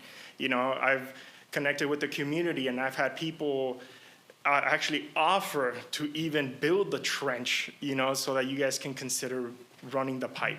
You know, I've had farmers, I've had contractors out here, I've had private business owners that have backhoes, and they've said it themselves, we'll go out there, we'll do the trench and just present it, because they see our desperate need for this. You know, and, you know, but aside from that, it's not only our well now, and this is following the concern of people connecting. It's not only our well, it's also, I'm sorry, I'll make this quick. It's also the other people that are further down. They're complaining that their wells are starting to build arsenic and start to become brackish or have other issues that they have to re-drill. You know, so that is something that they are considering. Thank you. I appreciate it. Thank you.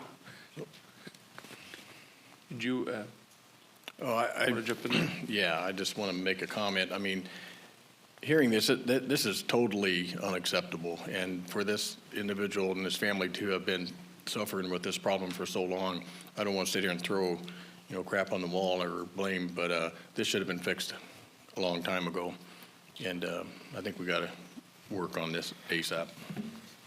Yes, sir. I'm Teresa Lee. I'm actually the mother-in-law of Jesse, and my 2 grandchildren. It's very concerning to me. They do come over and they do take showers, because I was fortunate when I purchased my house 2 years ago. It has both city and well, and we've tested my well, which is only for landscaping, and the arsenic is really, it's gotten worse than theirs. But I'm fortunate. I have that city water, and they come over and get water for their dogs to bathe my grandchildren, and we've reached out to different entities to help understand how the severity of it, to the point where they have 8 5-gallon jugs. I've seen my daughter take that and literally boil it just so she can get warm water to give my grandchildren a bath. It's either that or bringing them to my house. And fortunately, we're only a few minutes apart, literally across the road. But to be able to give water that is essential to live, and I could help them put that line in, but then, it's everybody, I think, would want the opportunity to have the water, because everybody's well, I think, is getting worse. And when somebody had mentioned that, and again, Jesse also mentioned that some people because my daughter sent letters to everybody, and a few reached out, but that they're concerned they're going to lose their well. And I wouldn't want to lose my well. I have beautiful grass because of that well, but I wouldn't drink it. So thankfully, I do have the city, and it's not a concern for me, but everybody else, including my family, I want them to be able to have a life that they can drink from the refrigerator water, and they don't have that opportunity. And they have replaced several appliances because the minerals are just killing everything. So, hopefully we can get this going soon, and not having to wait. These kids are 2 years old, and there's other people, older people. I know, like Bill over there, he goes in with his truck and a water tank. I don't know if it's weekly, but I see him all the time coming back, just so he can bathe and have water. So it's important for us, for everybody in the community, to be able to live and be able to provide that water for them. Thank you. Thank you. So before we go on with public comment, I just wanted to ask a couple questions. I don't know if this might be for Jeff or for maybe for you, Phil, but so that the funding we're talking about is for it's the grant for consolidation projects. Would running that line to Rademacher be a qualifying project for that grant funding? Yes. Okay. Yes, Chairman, I looked at that. That was my initial first concern is, does this work? Because really their problem appears to be water quality, which absolutely can be impacted by overdraft. And the question was, do I even need to go into that far to tie them together? Do I have to do that research? Or can we just use this money to move forward and do the obvious, best thing right now with that money? And the answer is we can do that without having to physically go back and tie the overdraft to the bad water. But what I just heard now is what I just heard, the facts are that everybody's wells out there are turning arsenic. That would be an indication of overdraft because the concentrations will start going up with the arsenic. But we don't need to make that determination. We can move forward with this grant to consolidate them without having to do that. Okay, appreciate that. And then my next part of my question would be, can we revise the recommended staff action today to include that as a priority, or would we need to bring that back to the board at a future meeting? The staff action was drafted so that you could move forward right now today, directing Stetson to come back with a cost estimate so that we could then move that out to bid for Rademacher. Related to that, staff is asking that you tell staff to go out and start doing some high-level feasibility studies on other areas. We got $3.3 million to spend. Right. We need to find, where's the best bang for the buck. Right. Obviously, we have one very big bang for the buck right now and potential others.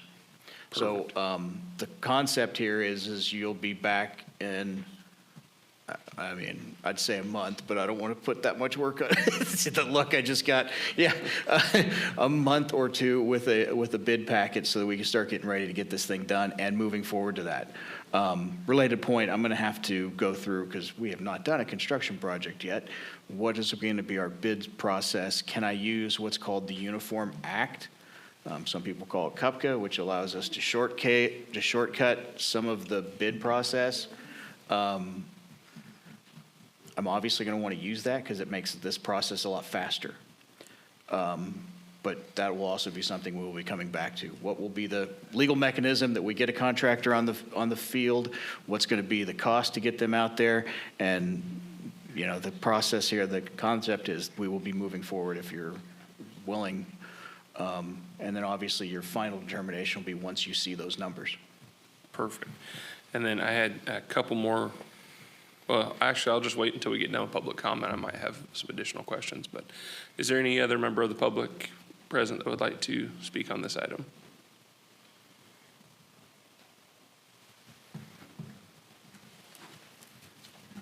Yes. Where does the water district fit in going out to bid and the design of the line and the connection of the line to the water district system? When are you going to consult with them? I believe I could probably answer that. There's already a set of plans that are drawn and approved through the district for that project, Judy. I think the district could probably just submit that to the groundwater authority, and then they could send that out with their bid package if that was okay with Stetson Engineering, would be my thought. Yeah, we have those. This is Steve. We have those. Yes. There is a concern that the engineer, I think we learned, has passed away. So we need to figure out how to handle that. But we will be coordinating with the water district for sure. Water's coming from the water district. So the water district has to be on board with whatever goes out to bid for this solution. Okay, thank you. Any other public comment here in the room? Okay, not seeing any, we'll go to the phones. Go ahead, caller. Hello, this is Renee Westelusk. I realize you have an emergency situation on your hands right now as of today.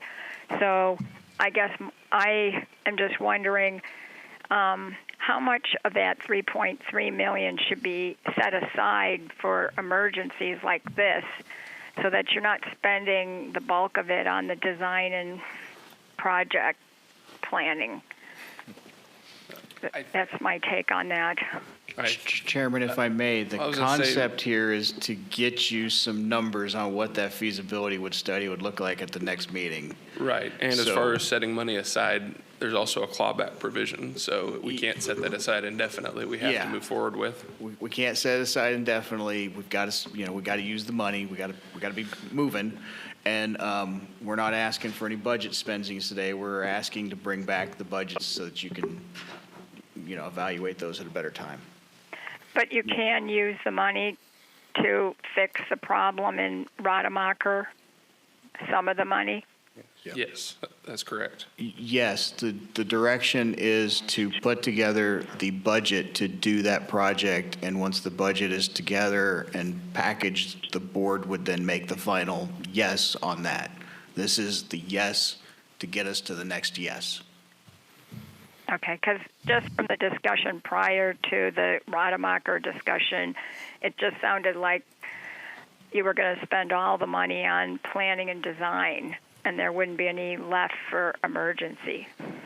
I guess we should clarify. I don't think we could possibly spend $3.3 million on feasibility designing, but sorry if we gave that impression that you might not have the full staff report. We're splitting this out in two different packages, and we'll be bringing budgets back too. We're just asking for preliminary discussion. Okay. He doesn't think we can. Don't take that as a challenge. Yes, please. Yeah. Okay, thank you for the clarification. Thank you. Any other callers on the phones? Okay, seeing none, I'll bring it back to the board for any other comments or motions. I would just like to reiterate what I'd said earlier to Jeff, that I would like to see this get pushed as quick as we could to get this project at least up for bid. So I'll make a motion if that's fitting. Thank you. Agree, and I'll second. Chairman Peters, Aye. Vice Chair Hayman, Aye. Director Griffin, Aye. Director Itnire, Aye. Director Vallejo. Aye. Motion carries. An item where we all agree. That's Hey, look at that's that. fun. Yeah, that's a great step. Thank you. Thank you to the board. All right, thank you. Our next item is item number 13, and that is the approval of change in budget and import pipeline project to cover revegetation of geotechnical test sites and enhanced technical monitoring for biological, archaeological, and tribal monitors during the geotechnical testing phase of design work. Is that Steve that's going to take that one?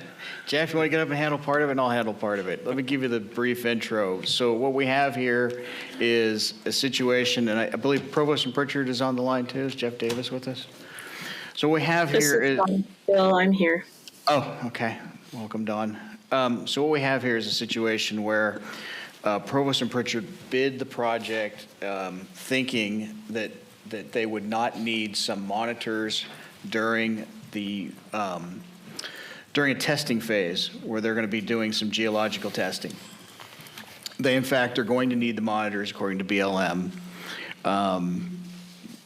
These monitors will be out there looking to make sure we don't run over any sensitive vegetation, Mojave ground squirrel, which I almost took out one today on my drive up in my car, so they are out there and running around, little critters. And this is to make sure that these 4 monitors will be out there to make sure when they're doing this big, heavy equipment that it's being done in a manner that is environmentally friendly to the maximum extent possible and that we're not doing any damage. Provost and Pritchard did not include this in their original bid, what they thought their budget was going to be. It's clearly within scope of work because we need to do this work, so we have to do it properly. And the concept here, the change order is to pay for these 4 monitors. I guess that's the best way to start it off. Jeff, you got anything you want to add to it? All I would do is introduce Dawn. I'm not sure if she's addressed the board yet. On the phone, we have Dawn Marple, who's the project manager for Provost and Pritchard on preparation of the NEPA and CEQA documents. She and her staff have been working closely with Bureau of Land Management staff and other agencies on this. And with that, I'll let her go through a little bit more about what's required here and what they've done to try and minimize the cost as much as they could. Thank you, Jeff. Good afternoon, members of the board. My name is Dawn Marple. I'm a principal planner at Provo and Pritchard. As Phil and Jeff indicated, PMP submitted a plan of development to BLM for the geotechnical investigations. These investigations are needed in order to drive the design of the pipeline. They are doing 228 geotechnical boreholes along the 50-mile pipeline alignment, 102 of which are on BLM land, and 126 of the boreholes are not on non-BLM land. Also included in this effort are 41 test pits, which are 2 foot by 8 foot long and 6 feet deep, and that is in order for us to determine the soil makeup below the surface and to drive the design of the pipeline. So as a result of all of our special status species investigations, plants investigations, and cultural resources investigations, BLM takes that information and looks at what we are doing out on their property and within the rights of way that they are responsible for, and they have determined that in order to reduce the impacts to those resources, as Phil indicated, an authorized desert tortoise biologist, a qualified Mojave ground squirrel biologist, a cultural resources monitor, and a tribal monitor would need to be present for the geotechnical effort. So they're looking at the land prior to the large equipment moving on to those sites to make sure that there's no species there that could be potentially harmed, and then after the efforts are completed, they'll make sure the soil is put back in a manner that's outlined in the plan of development. And then also included in this scope is a requirement to revegetate those 228 boreholes. So in the beginning of winter, at the first rain, we'll make sure that that is done in accordance with the revegetation and restoration plan. Just for awareness, the 228 geotechnical boreholes will take approximately 44 total days. Our staff is working 4 days a week for 10-hour work days, and these 4 monitors do need to be present during all of that activity. We have worked diligently to find a biologist that's qualified in both desert tortoise and Mojave ground squirrel and are able to handle that. So at this point in time, the requirement for the 4 monitors, we've actually been able to reduce that to 3 because we did find a biologist that's qualified in both of those. So we have 3 monitors out there for 4 days a week, 10-hour work days, along with the geotechnical crew to ensure that all of the resources are managed properly, and we are reporting all of that back to BLM as requested. So I'm happy to answer any other questions. Phil and Jeff can also add if I missed anything. Thank you. Thank you. Are there any questions from the board? Not seeing any. We'll go to public comment. Are there any members of the public that would like to comment on this item?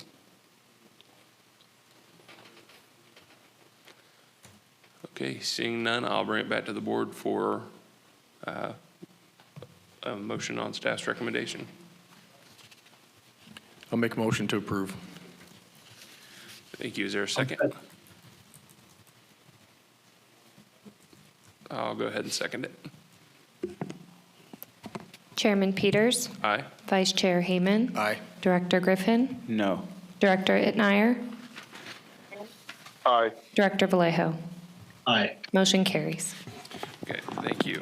Our next item is number 14, the Indian Wells Valley Groundwater Model Update.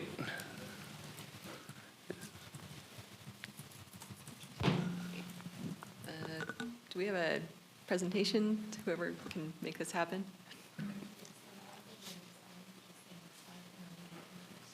Okay.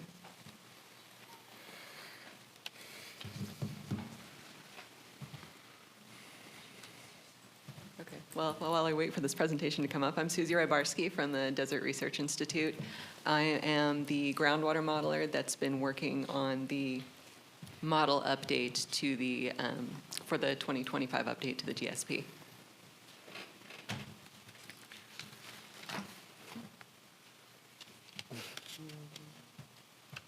And I hope someone will bring my presentation up soon.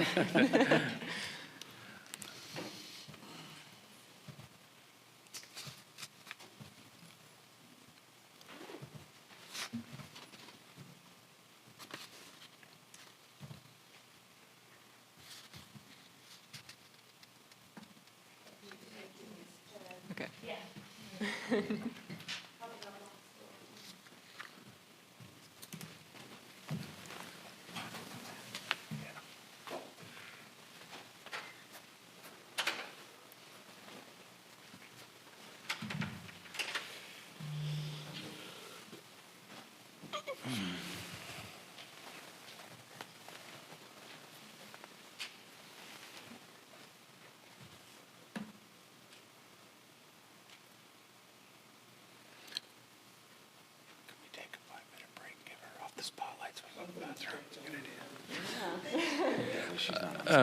Just while we're waiting for this presentation to get pulled up, I'll just go ahead and just say we're going to take about a 5-minute recess, and then that'll give everybody a chance to stretch their legs and get the presentation pulled up. Cool, thanks. All right, thanks.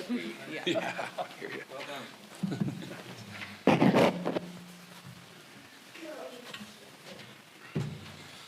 How's it going? You guys gonna have a chance to sit down and chat with us about Indian current at some point in time? Sure. Yeah, I think it'd be good. I'm very enjoying the presentation.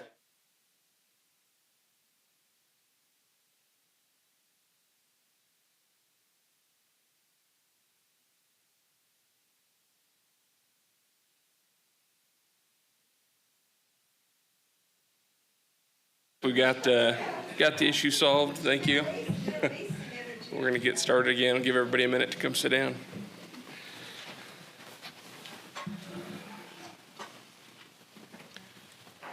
Okay, And round take it two. away. So I'm Susie Rybarski from the Desert Research Institute. I am the groundwater modeler for the 2025 update to the GSP. And so I'm presenting the work that we put into this model update, the results of the model, and just the work that we've been doing. So this is work that myself and Steve Bacon, also at DRI, have been doing for this model. He's not here today, but he is on the phone, so if we need to harass Steve, we can do that. Okay, next slide. Before I get into this, I do want to acknowledge the technical model group. It wasn't just me and Steve, right, working on this model. As specified in the Navy required configuration management plan for this groundwater model going forward.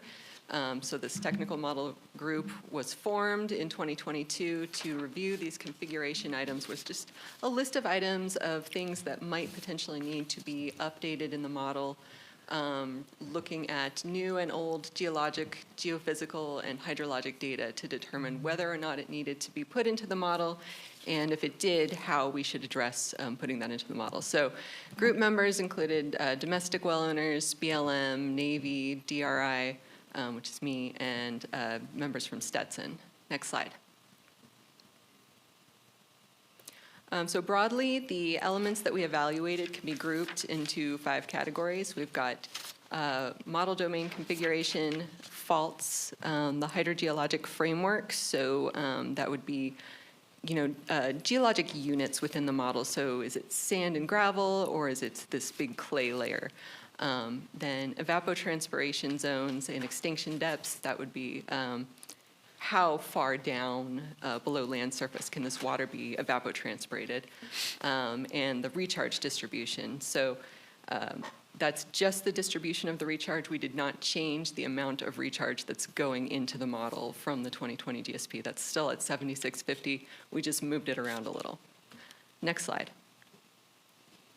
All right, so the first one of those items is the model domain configuration. So we started by looking at USGS data sets. We looked at depth to bedrock, which was generated from gravimetric surveys, thickness of unconsolidated material, and we compared that to the model domain for the 2020 GSP. So if you're looking at that leftmost figure, that's showing depth to bedrock, and it's also comparing it, which I can barely even see from here, but it's comparing it to the 2020 GSP model domain. That's that thin black line. In addition to that, we also looked at surface geology and at groundwater basin maps and compared those to that boundary for the 2020 GSP model domain. So again, in the center image, that gray zone, that's the 2020 GSP model domain. That orange is Coso Valley, and you can see that it overlaps with the 2020 domain. And then the purple is the White Hills Formation, which also overlaps with that domain. So the White Hills Formation is a consolidated rock formation.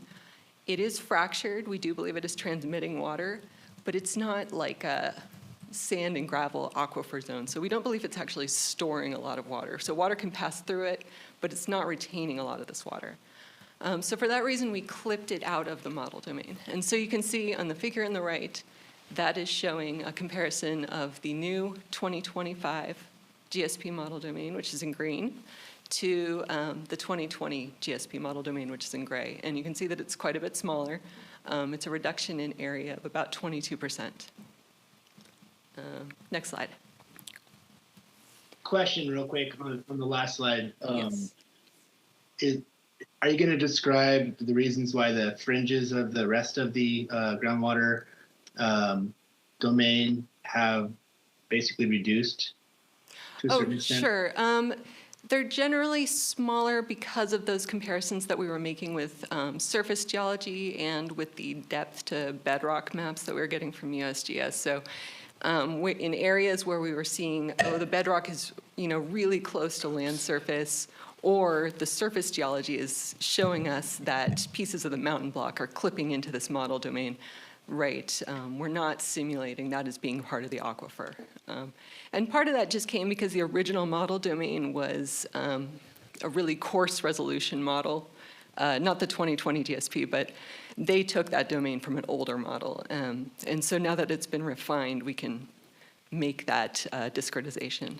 Does that answer that? Yeah, thanks. Okay. All right. So the next thing we looked at was the inclusion of a thick clay unit. So this is the lacustrine clay unit that is in China Lake Basin. We've known that it's there. We can see it in well logs, but we didn't really have a good handle on where it was spatially and how thick it was. So since the last model update in 2020, this AEM survey was performed, and it was funded by the state of California. And we were able to use that to define the extent of this clay area and also to identify the location of some faults. So, okay, so the left image, well, actually, it's the center image, right? You can see where these survey transects went through. It's where these red and blue dots are. So the red dots are showing areas where the AEM data indicated that we have fine-grained materials. And the blue, sorry, I need water. Anyway, the blue area is where we're seeing coarse-grained materials. So you can see the area where those red dots are overlapping that green zone. That green zone is where we believe that this thick lacustrine clay unit is. Okay. Okay, so Yeah. right, so these fine-grained units overlay where we think that clay unit is. On the left, we see two cross-sections, and that's showing us what that AEM data actually looks like. Oh my God, thank you. Anyway, so if we look at that top figure, you see that thick blue unit, and that's the clay. But you can also see it's not a smooth, continuous line, right, at the top of the clay. It dips down, and we can see that in places where we have this displacement lines up with surface traces where we see faults on the surface. And so we can actually see from the AEM data that this clay is down dropping and being displaced by the faulting that's occurring in the basin. And so we were able to incorporate that into our understanding of what this clay unit looks like in 3 dimensions. And we were also able to see the locations of faults that are buried where we can't see them at the surface, but we can see this displacement in the clay from the AEM data. So we didn't just take the AEM data's words for it. We also looked at well logs and verified, the AEM data says the clay is this deep, the well log matches it. So we wanted to make sure that everything was jiving. And so the image on the right is showing the locations of those deep well logs that we used to verify. Okay, next slide. All right, so this is kind of a segue, but it ties back into this clay unit. So we also looked at including additional faults into the model. We can use faults as barriers to flow. They do act as barriers to flow in real life, sometimes, but not always. So on the left, we see those red lines are showing where in the 2020 GSP model were we simulating faults acting as barriers to flow. On the right is the 2025. So again, the red lines are acting as barriers to flow. Those black lines, we tried them out, but we ended up not including them as barriers to flow. So that includes that fault that kind of emerged in the 2019 earthquake. So it ultimately was not simulated, but we did test it. And these were also used as we tried to derive the structure of this clay. So next slide. Can I ask a question real quick on that previous slide? If you go back, it looks like in the bottom corner of the 2025 model, you have that barrier to flow across on the El Paso Ridge. Am I correct there? It would prevent any water from flowing back this way. Is that your thought? And that's why we have an elevated water level there? To the south? You're talking like the furthest south Yes, one? correct. Yeah, well, the water there is a steep gradient in observed water levels on either side of that fault. So Okay, yes, that is okay. why it's there. Thank you. Yeah. Director Griffin, this is Steve. A lot of times we don't like to say prevents, but maybe restricts is better.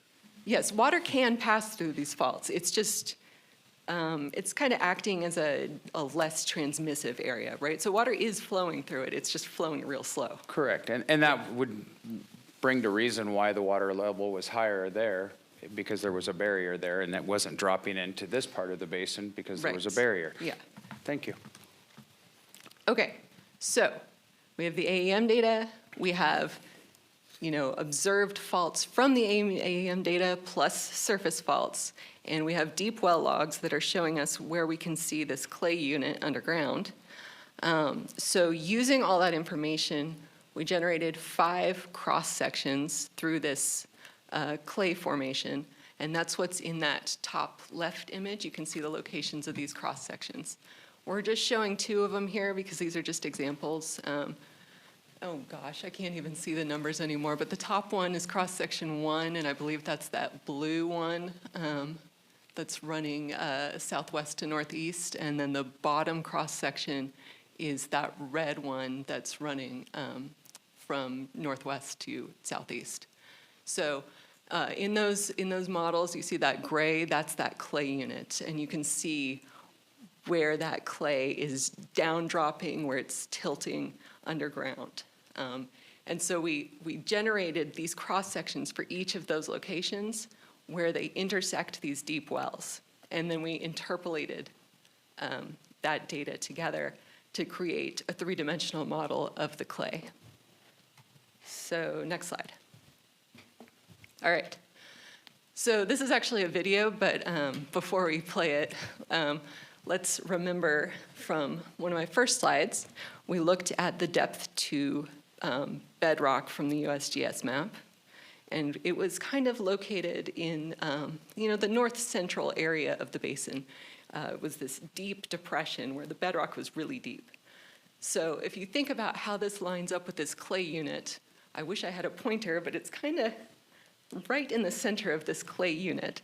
So can we play this video? Okay, so you can see as it tilts, that clay is down dropping, and it's like it's falling into this hole in the bedrock. It's really cool, right? Yeah. Okay, next slide. Or play it again. Okay. All right, so the next thing we looked at was the evapotranspiration zones. Generally, they're... Oh, I have a pointer. Oh my God. This would have been so helpful earlier. Oh, no, it doesn't work. Yeah, I'll just blind you guys and get out of here. Okay. Yeah, it doesn't work on the screen. Sorry, guys. Anyway, next thing we looked at is evapotranspiration zones. So generally, we can divide these zones into two groups, which would be plants and bare soil evapotranspiration. So that would be, surface water on the playa, or also, shallow groundwater where that the water from the water table is able to, kind of suck up through the pore spaces like a straw, basically, and then get evaporated from there. So on the left, we see where we were simulating these evapotranspiration zones in the 2020 GSP. On the right is the 2025. And they look pretty similar. The big differences are going to be in the playa areas. So to do this, we looked at landform mapping, and we looked at California vegetation mapping. The areas that we see that are different are that playa zone on the bottom right area. You can see it dips down further to the south. And you can also see in the north area, some of that plant matter has been replaced by additional playa ET. So it's not a huge difference, but it does matter because it affects where and how much water can leave the model by ET. All right, next slide. And then the last thing that we adjusted was the recharge distribution. As I mentioned, we did not change how much total recharge is going into this model. We just moved it around.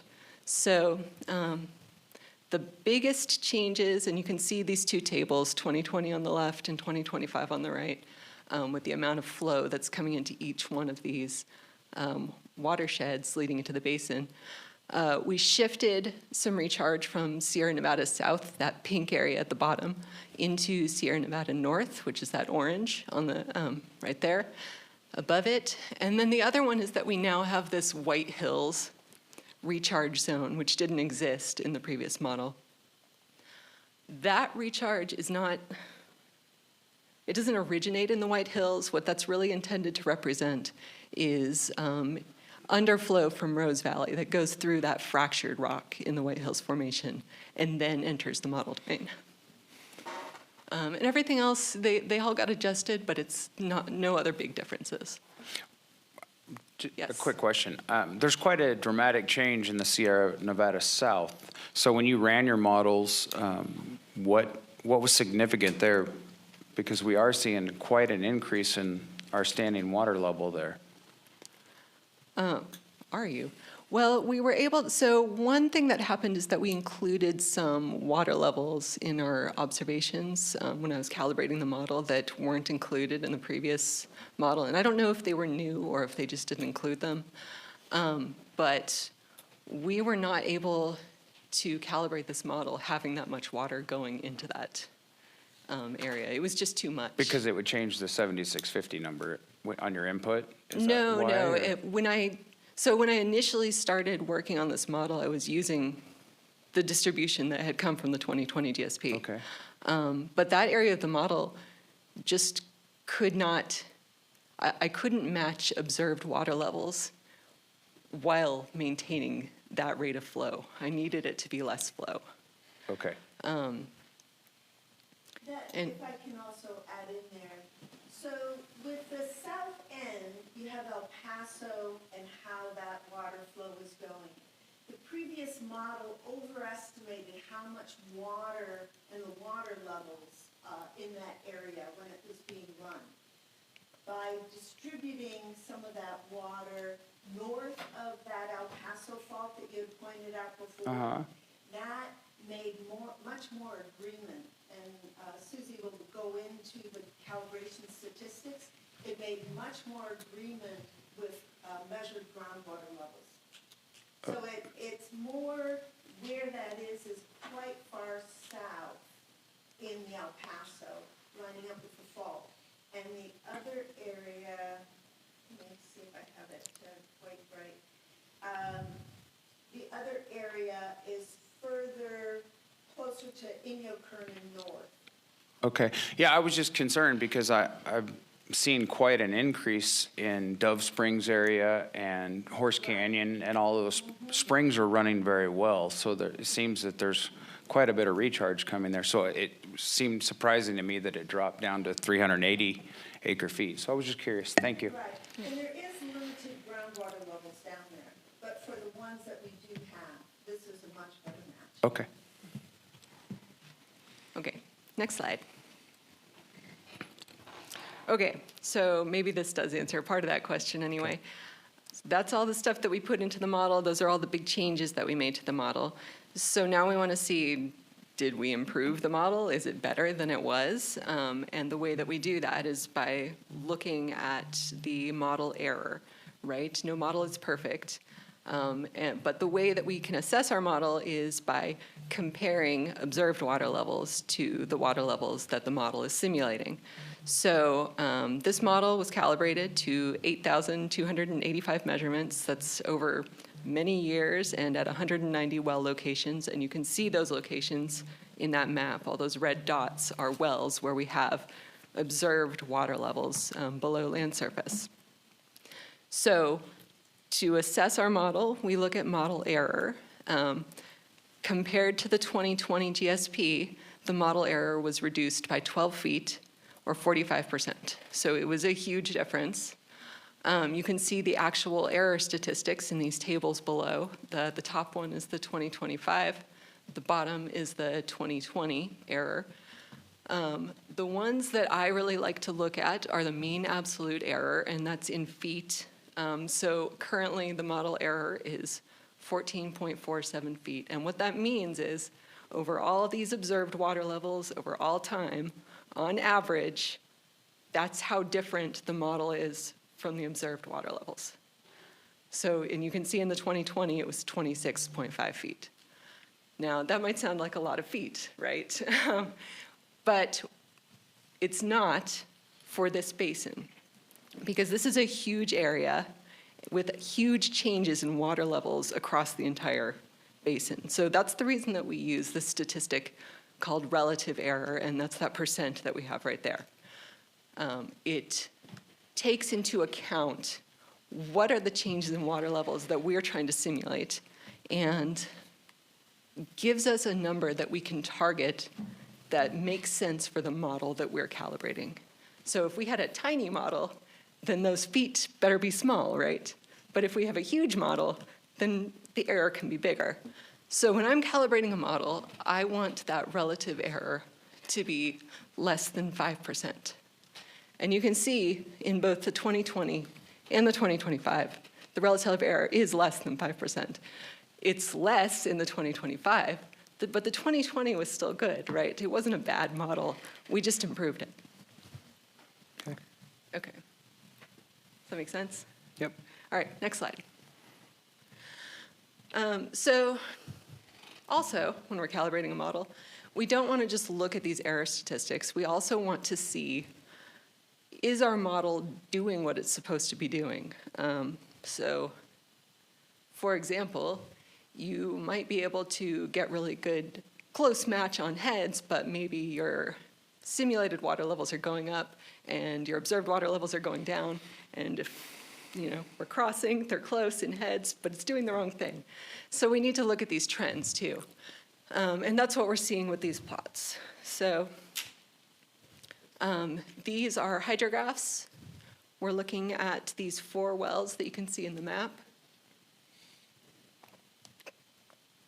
The northmost well, USBR 10, that's the top left plot. The second one down, that would be USBR 6, that's the top right. Then we have NR1, which is the top or bottom left, and Indian Wells Valley Monitoring 1, which is bottom right. If the model was perfect, our observations would match the simulation 100%. They would be completely on top of each other. And you can see those green dots, the observed water levels. They're offset a little bit. They're not 100% perfect. Of course they're not.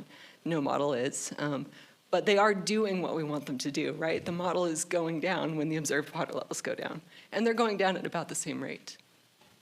Next slide. Okay. So our model's calibrated. We've got all that stuff in it. It's looking good. Now we want to use it to do some predictive scenarios. So we've got two predictive scenarios. We have a baseline model and an implemented GSP model. So these are the pumping rates that were put into these future predictive scenarios. On the right, you can see a chart of pumping rates over time.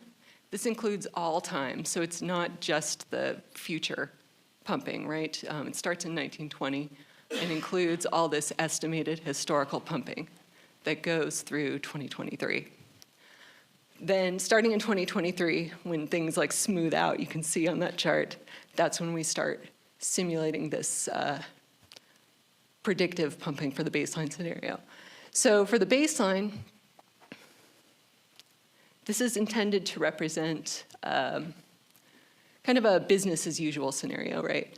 There's no trying to reduce this pumping. We're just sort of sticking with what's happening currently. So we did include a 1% population growth rate that's applied to domestic pumping and in your current CSD.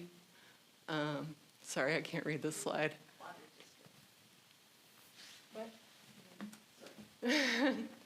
Anyway, the water district pumping follows the 2020 Urban Water Management Plan projected pumping. Navy's at 2041 acre feet just for all time, so their pumping is flat going forward.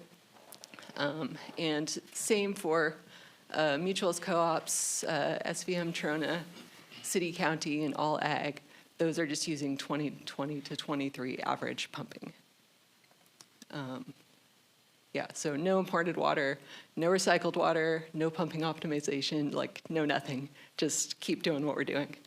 All right, next slide. Then the next scenario that we're going to look at is the implemented GSP. So when we look at this chart, it's the same thing. We're seeing historical time followed by the scenario pumping starting in 2024. So you can kind of see it drops down for a couple years, and then it drops way down, right? So we're still including that 1% population growth rate. Navy's still at 2041.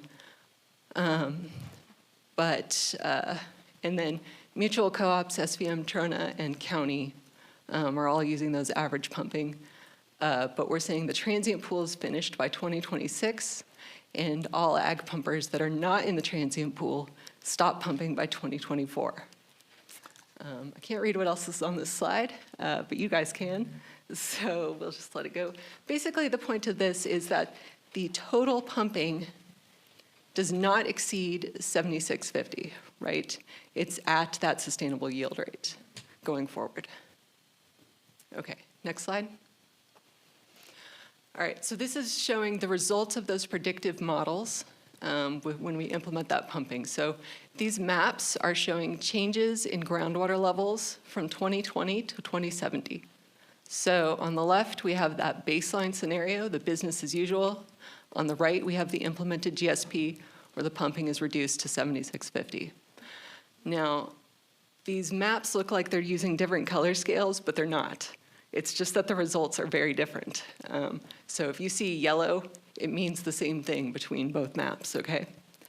On the right, in the implemented GSP, if you're seeing green or blue, that's water levels coming up. All the other colors is water levels going down, with red being, the worst. That's greater than 50 feet of drawdown if it's red. Okay, so We can see in the baseline, yeah, we've got that big drawdown in the southwest, and it kind of extends throughout the basin, but it's worst there.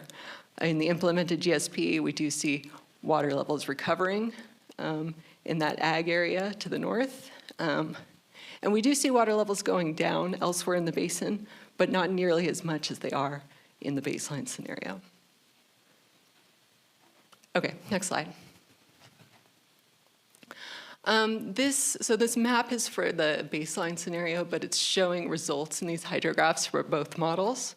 These are the same 4 wells that we looked at in the model calibration, just to see over time, how are these water levels recovering in the implemented GSP compared to the baseline. So the purple is the baseline, the green is the implemented GSP, and you can see in USBR 6, NR1, and monitoring well 1 down in the south, those water levels recover pretty quickly, and then they kind of flatten out in the implemented GSP, whereas in the baseline, they just keep going down. In USBR 10, the water levels do continue to go down in both scenarios, but it's not nearly as steep in that implemented GSP. Okay, next slide. So this is comparing the flow budgets that are coming out of those 2 models. The top left is the baseline flow budget. Green is recharge, blue is pumping, and yellow is evapotranspiration. So you can see on that y-axis, it kind of flips from positive to negative. So recharge is a positive inflow, and then the pumping and the ET are negative. We also have outflow to Saw Wells Valley, but it's so small that you can't see it on the plot.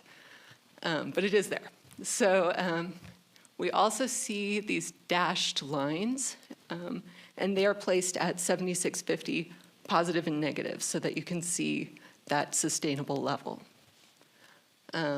So takeaway from this, right? The baseline, of course, is way more outflow than 7650 for the entire time. The implemented GSP, the pumping is at 7650, but the total outflows are more because we still have that phreatified ET. So even though we've reduced the pumping, we're still losing more water than we're gaining from recharge. And that's what we can see also in this lower plot, which is cumulative change in storage. So the y-axis, yeah, it's cumulative change in storage in acre feet, so it just keeps on adding to itself. The purple line is implemented GSP, green is the baseline. Of course, the baseline, we're losing a lot more from storage much more quickly. With the purple line, that loss from storage slows down once the pumping is reduced, but it does keep going down, and it's because we're still exceeding our inflows. Okay, is that my last slide? It might be. Next slide. It is. All right, that's what I got, guys. Okay, I appreciate it. Are there any questions from the board? I just have one quick one. Did you have a total number that you guys come up running the model on water and storage? No, I could estimate one, but we have not done that. Okay, Yeah. thank you. You did a very good job. Thank you for your thanks. presentation. Any other questions or comments? I have a question. So your last slide shows that there's still a slight decline in water storage. What does it take to get it to level out? Well, that's a good question. So one would be we could completely dry up the phreatified ET. Eventually, that will happen if we kept doing this for 1 million years, and then it would balance out. The other would be to pump even less to accommodate for that water that's being lost to ET. Yeah, thanks. It's the dry lake bed. That was actually a question that DWR asked. They saw that in our prior GSP, and we'll be doing some additional modeling to try and show practically what can we do about that. It's not clear we can manage the basin and address that issue. But we'll be coming back to everybody with more modeling results, and we'll be doing other implementation runs to try and look at some of the areas where we had greater drawdowns and what other things might we do for management in the basin. Perfect. Any other questions or comments? Okay, not seeing any. We'll go to the public. Anybody that would like to comment? I lost it again.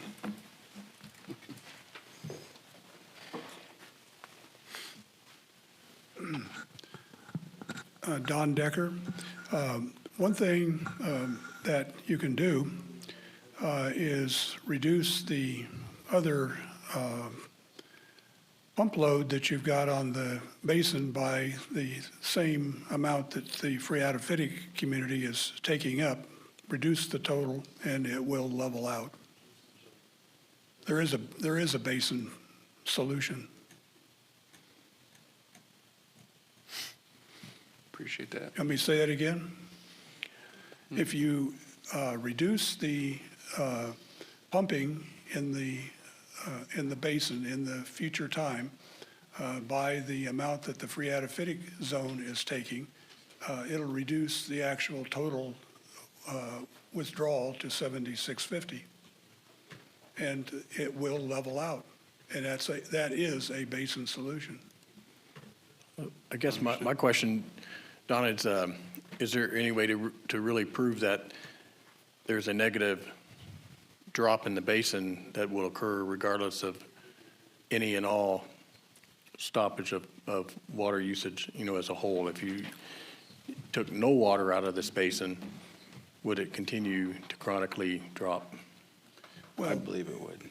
All you can really do is model. We don't have complete coverage. The wells that we are monitoring do, in fact, cover a substantial amount of this basin. In fact, this is one of the best studied basins in the United States. The Navy wells all over the North Range, for example. Does it take into consideration, I don't know if the model takes into consideration, the variables over time in the different rates of pumping versus the amount of droppage in the water level? Well, I'm not sure quite what you're asking, but Well, in monitoring the groundwater wells and the data and the drop of water in the basin, at different periods of that monitoring, if there is increases or decreases in the pumping, do you see a percentage of effect on the droppage? Well, in areas where we have reduced pumping, the intermediate well field and the water district, for example, moving their pumping to the southwest, there is a pretty dramatic change in the water levels in the intermediate. But I guess, yeah, it's theoretical, I guess, because I would see that as a short-term immediate change because you've dropped the pumping and you'll see a return. But, is there a net effect of still an ongoing chronic droppage of the water? I guess that's a question I've always had. I think you're asking what would the basin look like if we weren't here pumping? Right. Yeah. Right. That's a very good question, and we are still experiencing the effects of the Pleistocene in some ways, 15,000 years ago. So we probably would still see a decline. Mm-hmm. That's my thoughts. Anyway, I don't have anything to concretely base it on, but. I can also address that. We've done modeling in other basins, and it takes decades to centuries for those. Gene, if you're not at the microphone, the public can't. Nobody can hear. Sorry. We've done modeling in other basins to look at exactly that question. Mostly what occurs is how a well works is it creates a cone of depression. And that hole is what you're seeing in the contours. People go, oh, there's a cone of depression over there. When that well stops pumping, it takes a while for that water to rebound back to a steady state condition. And that can take literally decades before you see that. So the model isn't going to respond quickly Right. to it. it'll go, okay, the well stopped pumping, we'll let water come back in, but it won't, it'll keep rising in certain areas. Susie just presented something that was for the whole basin. But if you look in certain areas, you will see it respond much faster and be completely back up to normal. Whereas in other areas, it's still rushing to fill that cone of depression that got created. It's what allows water to move faster in a basin. Water doesn't move very fast unless there's an angle for it to draw down on, and it's that angle that gets it coming toward a well. Yeah, unfortunately, I won't be around to glean that nice data that I'm interested in. I appreciate you asking that question, and to follow up on Tom's comment, I also have the same concern, and I'm sure you've heard me say, I think if we stop pumping completely, I think our basin would still continue to decline, because we've looked at that since 1920. We've seen a steady decline no matter how much is being pumped. In 71, 72, we were pumping a lot. We still had the same decline. So my concern is, I don't think we'll ever get it to where we're going to be seeing a recharge across the basin. I believe the cones of depressions can fill in, and that, as Gene described, that's very, very likely, and that does happen. So, but we know that there's water leaving here going to Trona through the Trona, whatever you want to call that. So there's water leaving this basin. As it fills up, it leaves and goes into that basin. Not a lot, but it does. So I think the big picture, it just reinforces our need for a imported water project. Any other public comment on this item? Okay, not seeing any in the room, we'll go to the phones. Go ahead, caller.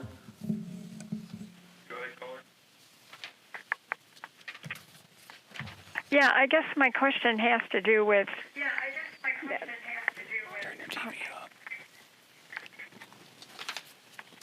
It has to do with why the continuous decrease. I didn't really catch Susan's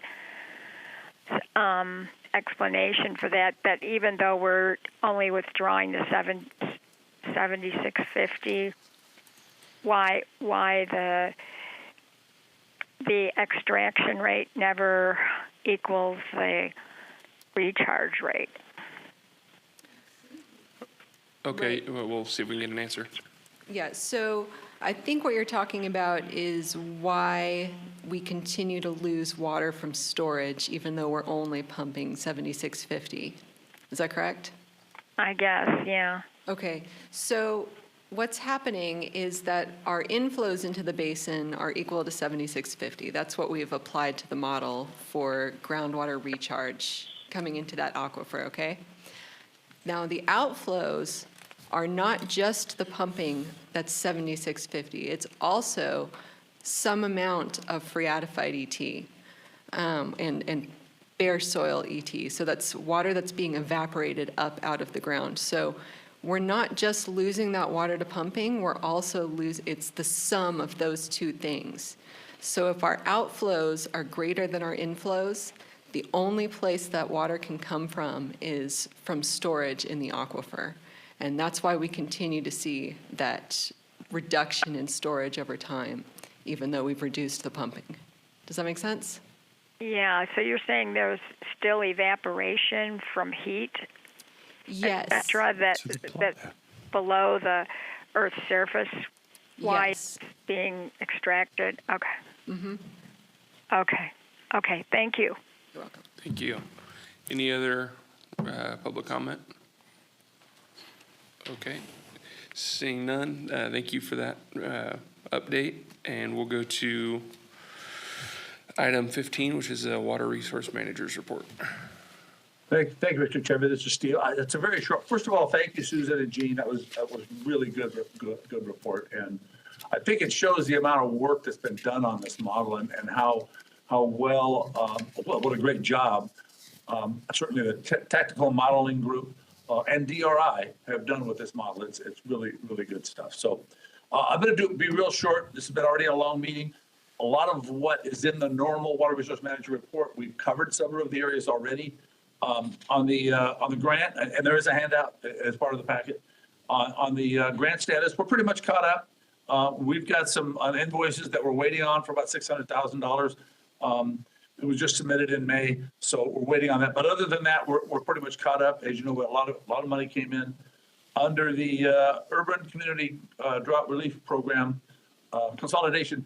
We've had enough reports on that. I do want to thank the board for giving us some direction. I think it's a great move to go forward to hit the hot spot, the high priority areas. At the same time, develop a big regional type solution. And absolutely, we're going to need a lot of help, cooperation, coordination with George and his group over at the Water District to make sure this is done right and that it's as effective as possible. So we're working on that. There is a summary on the pipeline project.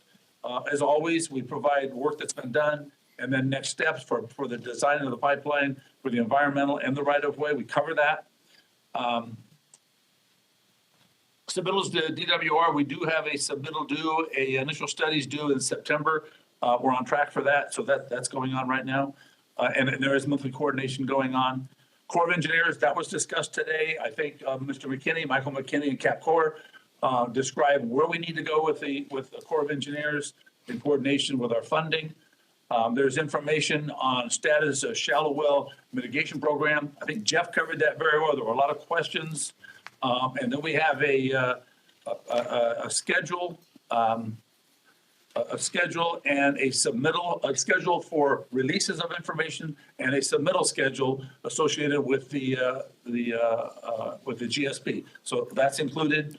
Annual report. I think I reported before that we did actually get a letter back from DWR, basically accepting the annual report and providing some comments, which we're addressing. So we know they read it, which is good, because in the past, a lot of times we don't get responses, but we got a response this time. So that's great. Under the miscellaneous stuff, for example, the model configuration management plan, great presentation by DRI and Susan, up to speed on that. We are working on a final memorandum on on the LADWP releases and where that water went. We should be getting that out pretty soon. And we will be following up with LADWP and Inyo County on the work that they're doing or looking at doing in Rose Valley. I think that's it for the Water Resource Manager report over and above what's already been done. And I'd be happy to answer any questions. Jeff is there too, and so is Gene. I appreciate it. Steve, any questions from the board?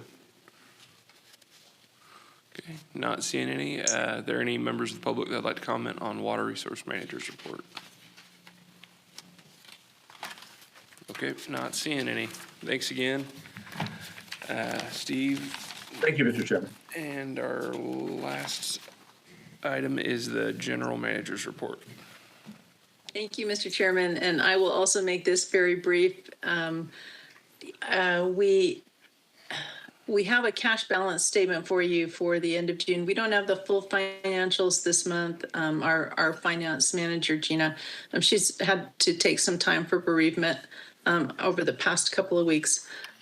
But she did get us a cash balance statement, and we'll have the full financials ready for you by the next meeting. And just a quick look at the cash balance statement shows that as of the end of June, we had about a total of about $6.2 million in available funding. Nothing to report on communication and engagement. And as far as our Capital Core Group report, I think the big news was the WRDA authorization, but I'll defer to Michael McKinney if he has anything else he wants to add. Nothing further to report. Okay, then that's my report. Okay, thank you. And that takes us to the date of our next meeting is August 24th. And with that, August 14th, not the 24th. And with that, we're adjourned.